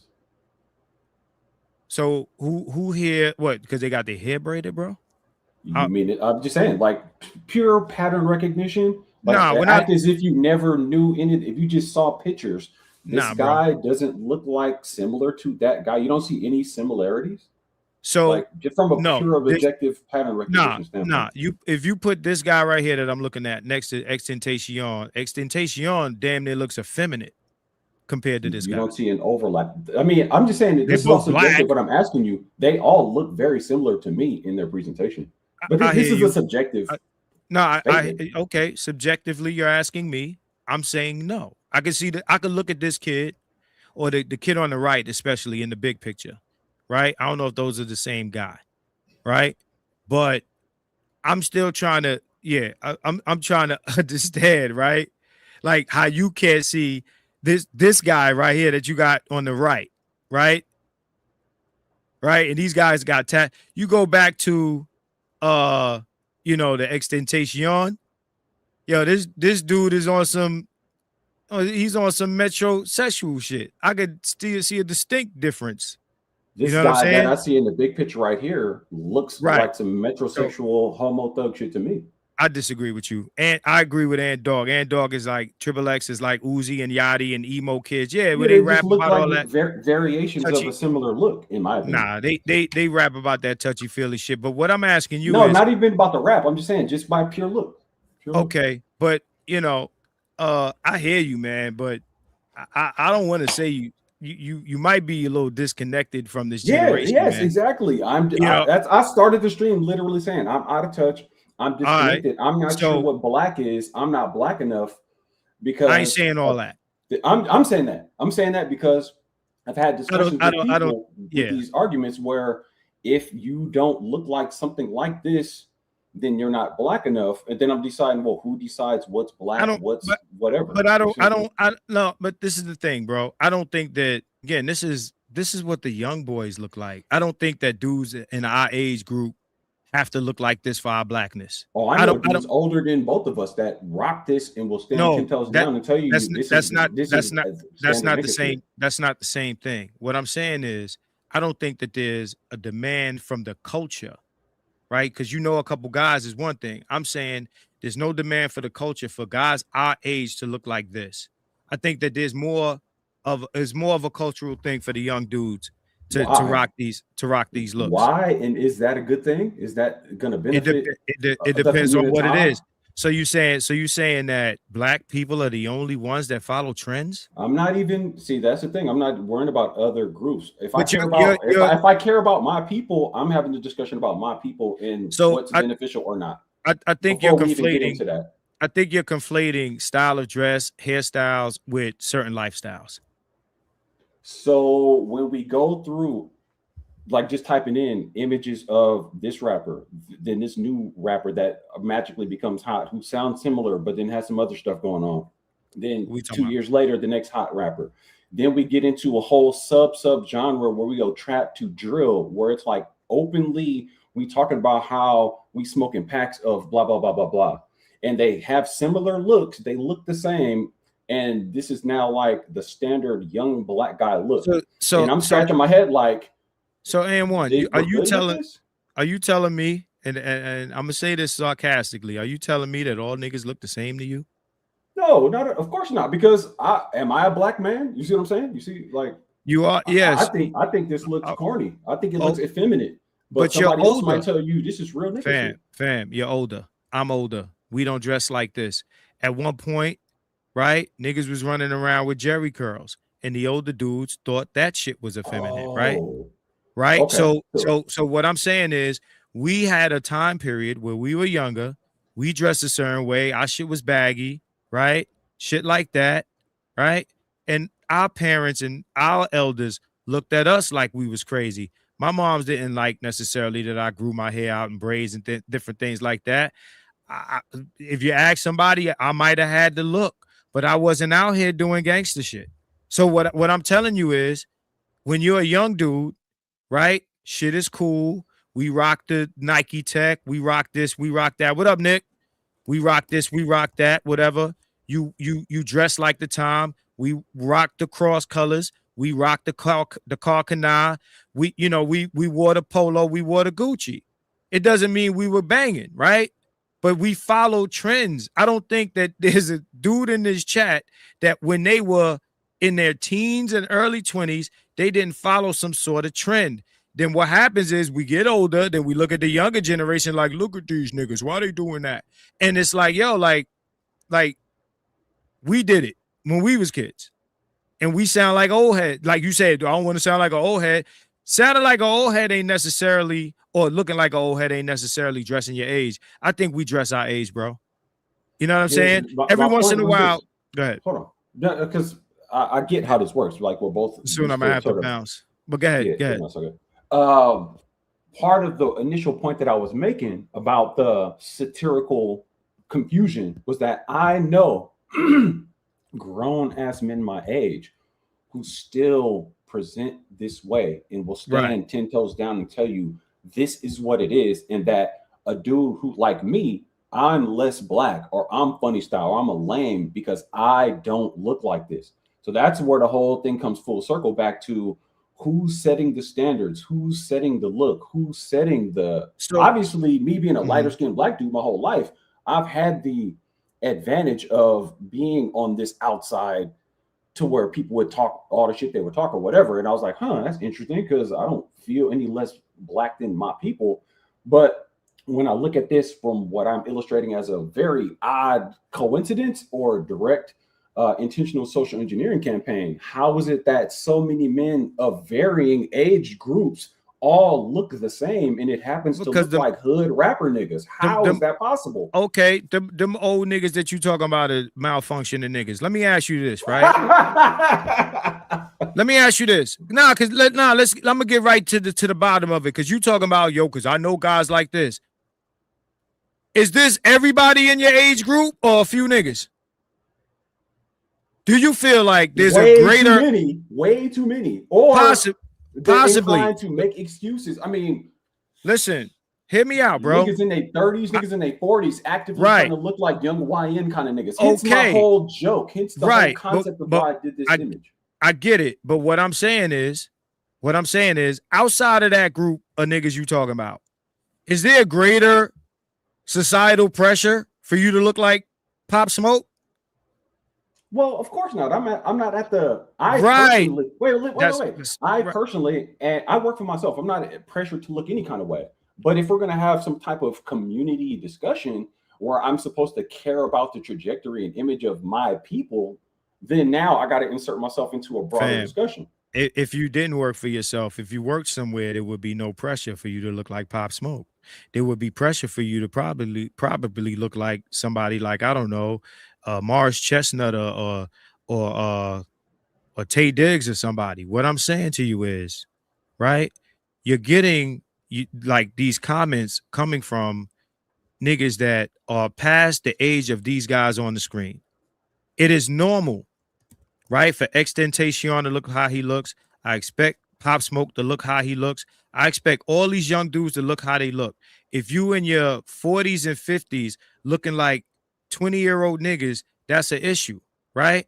I don't think that we didn't take that to say, well, for your blackness at 50 or 48, you got to look like this. I think that that's them niggas that still want to kind of live in their youth, right? And then they project that onto you and everybody like you, but there's no greater culture. I don't think that women that are in their 40s and 50s saying, yo, you need to dress like Pop Smoke to fuck with me. There's women that are in our age group are not pressuring niggas to look like young niggas. Not as a general rule. There might be examples of it. Like there's examples of niggas that's in their 40s and 50s dressing like Ant Dog said, Jim Jones. Yo, I swear to God, Ant, this is what I say about Jim Jones. Jim Jones looks like a dirty nigga in clean clothes at all times. That is the dirtiest nigga with clean. He look like a YN though, old at YN. He looked like an old nigga with young nigga clothes on, but he's an entertainer. We can't use entertainers for our arguments. We got to look at we can, because most of these guys just happen to magically look like rappers. Listen. listen. Everybody got some fancy hairstyle that Fam. looks effeminate as fuck. What I'm telling you is most niggas in their 40s and 50s, most niggas, I'm not saying a lot of niggas don't. Most niggas are not walking around looking like that. Most niggas are not Jim Jones, bro. I'm talking about in our age group. Far too many. Far too many, I agree, but not most. Most is anything 50% or more. Most niggas are not dressing like that at our age, and there's no pressure for us to do that. You go to a grown and sexy party with people your age, you dressing grown and sexy. You look crazy when you look at. We mentioned Jim Jones because we're making fun of the guy. If we thought that there was pressure to look like that, that would be the cool thing to do, and everybody would do it. But yeah, there's too many niggas that do this, and a lot of these niggas is because they trying to reclaim their youth, or they trying to fuck with young bitches, or whatever their reason is. What I'm saying to you is, there's no cultural demand for niggas our age to dress like that. You ever watch the Pop the Balloon shit? Nah. I watch it because it's such a train wreck and a social experiment, and it's interesting to see that. Oh, I love Pop the Balloon. Oh, okay. I love it. It's wild to see just from analyzing this. It's like watching a train wreck. There could be the shows where it's guys in their 20s, guys in their 30s, and even in their 40s. And in those lineups of when it's the guys, almost without fail, you'll see a hybrid of dudes with looks where you wouldn't even be able to tell how old they are. Meaning there's 40-year-old dudes looking and dressing and acting even like 20-year-old dudes, 20-year-old dudes, fat and out of shape, and you would damn near think they was 35, 40. It's so crazy to me. Fam, how many forward-thinking, progressive, high-income niggas is going to be on Pop the Balloon, bro? No, of course. So it's like saying the Dusseldorfs are going to be on Jerry Springer. So it's in a way, while it's not a proper representation, right? Is proof that these things exist, right? So when you look at Pop the Balloon, to me, that proves more that the women are nuts than the men. You got guys that show up. I would say most of the time I see Pop the Balloon, dudes ain't dressing crazy or acting crazy. I would say 9 times out of 10. 9 times out of 10, chicks be on there looking like dog shit, right? And be, clowning a dude's shoes and his hat and this and that, dumping the dude over the stupidest shit, right? But think about this.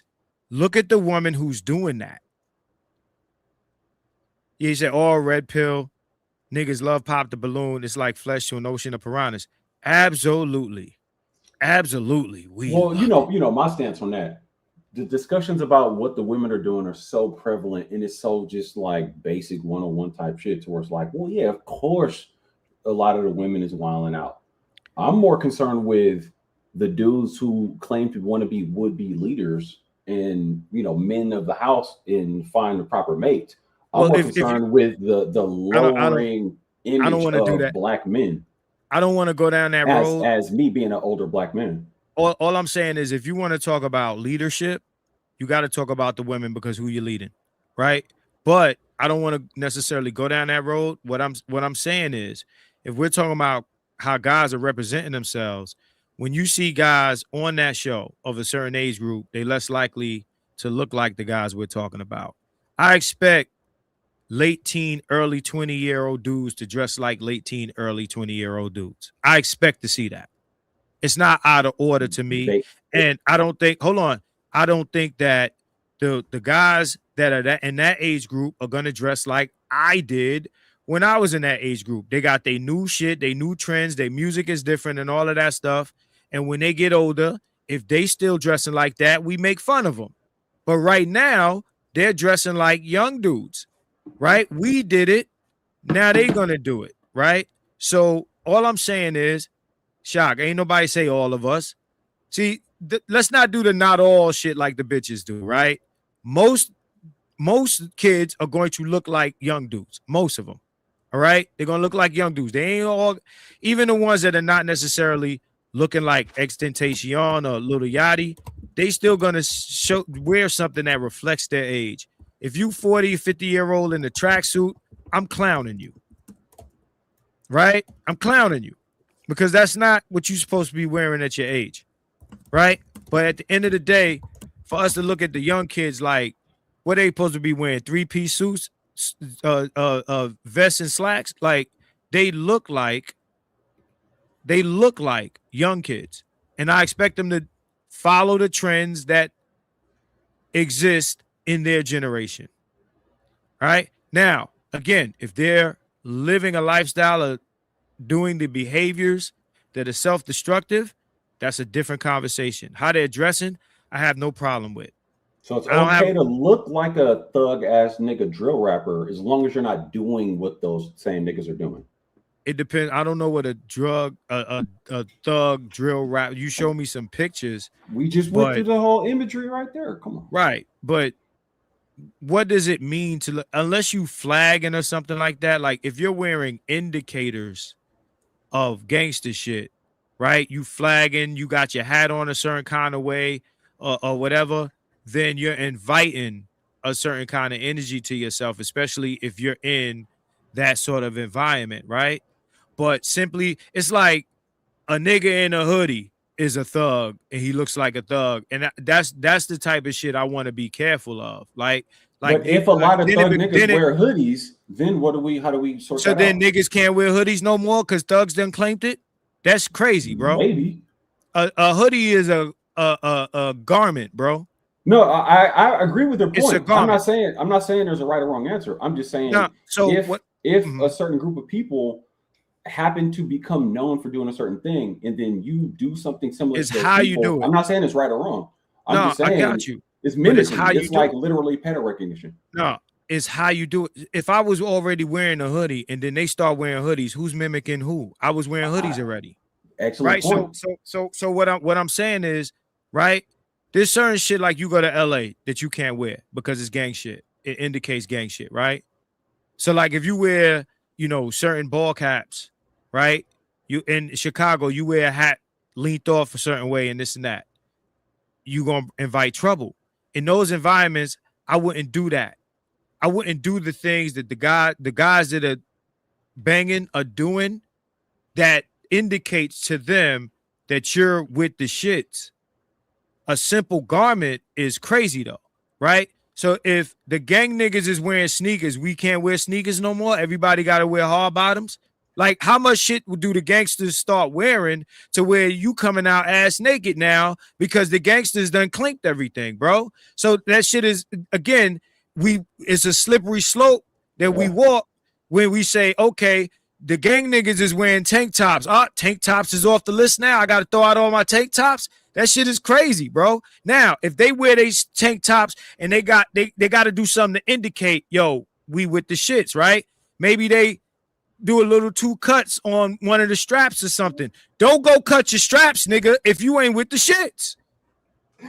No, that's what I'm saying. Like this, you know what I'm saying? Like I'm not saying it's even a right or wrong answer thing. I'm just saying it from the standpoint of then I hear this and then I step back and say, there's me, there's Black collective, whatever. Then there's we so oppressed, blah blah blah, white supremacy, man holding us down.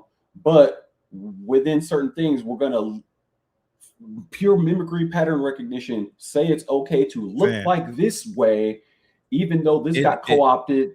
It's the whole thing. It's the whole thing, though. It's the whole package, though. Because if you put on a police outfit, somebody might run up to you and try to report a crime to you. If you put on a fireman outfit, somebody might be like, "Hey, the building is burning." Right, but bro, okay, I'm getting fireman profiled. outfit. So in order to be confused with the police, you got to put their pants on and their shirt on and the badge on and the hat on and the belt on and all of that shit. Now, if you're doing all of that, then niggas might confuse you to be the police. Nigga, if I just wear the police pants, nobody's going to think I'm a cop, right? So that's what I'm saying. It's a garment. You put the whole uniform on, you might be inviting trouble, maybe. And again, if you somewhere where, this might indicate that, like if you put on a shirt that says security and you stand in front of a building, somebody might ask you a security question.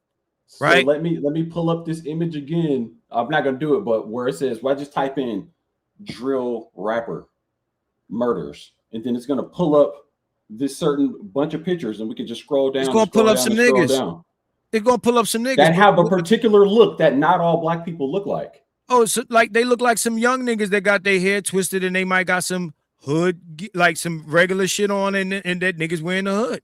It's not a uniform. But what I'm saying is, okay, how about this, bro? Once upon a time, gangsters wore suits. Yeah. Okay? They wore fedoras and three-piece suits, pinstripe, the whole shit, right? So if you wore a suit to church, you looking to be oppressed as a black man now? Oh my God. Hey, nigga, you got a suit on. Here's an interesting point. You're a gangster. I hear people say, I'm just going to church, see? I'm going to praise the Lord, see? Gangsters are wearing suits and high-level executive businessmen is wearing suits, but you doing some obvious overt crime, whatever shit. I would say that's actually a smarter move to blend in and look like some upstanding business, whatever. There's more nuance to that, but no, but there's nuance to, bro. If the president or the CEO go jogging, he's wearing a hoodie to jog. He's not wearing a three-piece suit. He's wearing a hoodie. A hoodie is an oversimplification. I wear right, absolutely. But we got to use it because Trayvon Martin, right? So what I'm saying is, bro, like it gets to a point where, again, a simple garment is one thing. But if you put the whole assembly together and you put the indicators, to be honest, and again, I'm in LA a lot, right? There's certain things that you don't want to indicate yourself to be connected to certain things. And those are the things you avoid, right? But you can't tell a nigga, yo, like gangster niggas wear socks, nigga. You got socks on? Let me ask you this. Show me your socks, bro. Let me ask you this.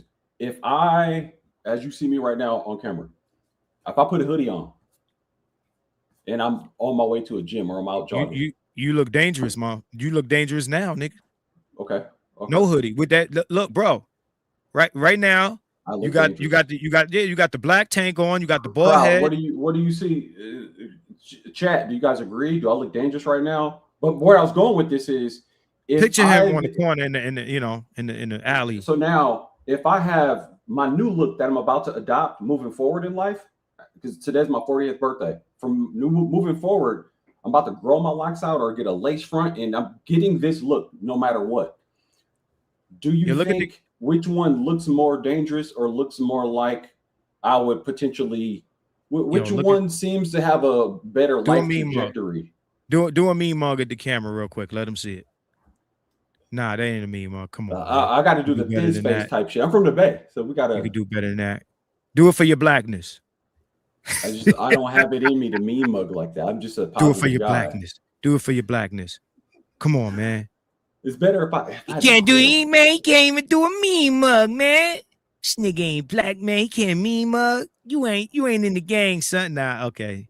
Nah, to be honest, you look more dangerous not making a meme mug, right? Than trying to do it. Like when you ask me the question, I'm looking at you, I'm like, yeah, he looked like he could rob some shit. Like you look like you can walk up in the 7-Eleven and you know what I'm saying, tell Habibi to pass them chippers. You actually think that with this tank top bald head versus yes. Yes. If I'm a white person, all y'all niggas is gangsters. If I'm white, all y'all niggas is gangsters. White people shit. I don't care about what they think. I'm not speculating about white people. I understand, but you're talking about oppression. I'm talking about you. No, we're talking about oppression. I'm only talking about the oppression shit because other black people bring up oppression shit. Bro. But then want to have it both ways. Nah, you're not. I answered your question. I only brought it up in that context. You look dangerous. I look like I would be more inclined to rob a store than my new version. Which one? Looks like they would be more likely. Nah, the guy in the picture looked like he gonna buy me a drink. He gonna crack some jokes. He fun. That nigga look fun. You look dangerous. What do y'all think? That nigga in the picture, he about to pop a bottle with a nigga. Come on, my nigga. Come on, my G. Have a drink with a nigga.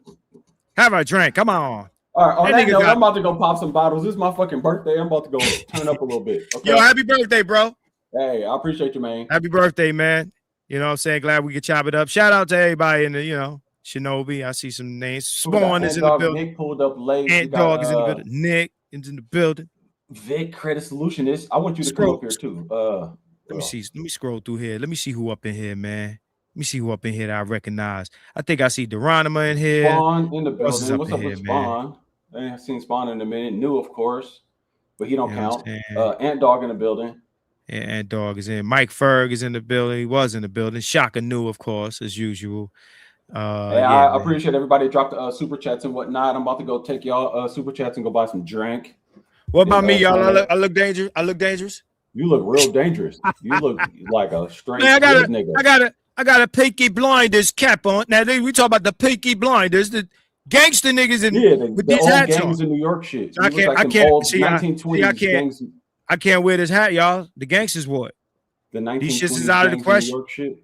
They out of the question now. I can't wear the gangster hat, y'all. Nigga, the gangster hat. You inviting oppression. I'm about to go put this fucking do-rag on. Oppress me. Yeah, oppress me. Yeah. See? Where's my picture at? Hold on, I gotta end on this note. Hold on. My other new look. Where is it? Full screen. My man AM1, see? Spawn 187. Well, how you doing? How you doing, gangster?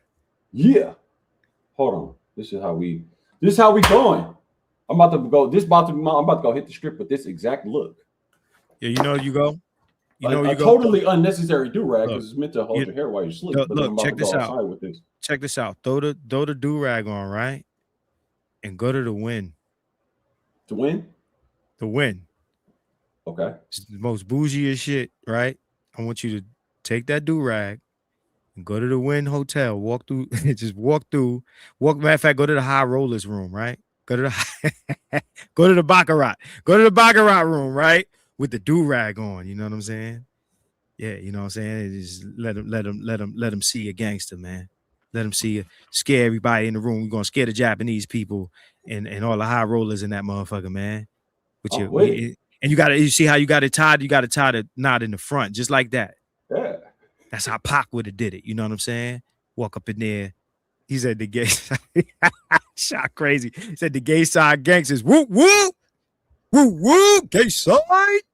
No, don't offend my culture. No, this is my culture. This is our woo, culture. Woo. Don't offend our culture. Look. Woo, woo. Put your pinkies up. Woo, woo. That's the gay side. Gay side gangsters. Pinkies up. Woo, woo. Pinky up.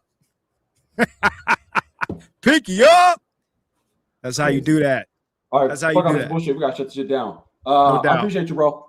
Most def, man. Let's do it again. Peace out. Fuggery soon. All right, absolutely. All right, y'all. Appreciate y'all rocking with me in the chat. I'm ending right there because it's been way too long. I'm about to go out in this hot ass weather and go do something that I shouldn't do. Peace out, y'all.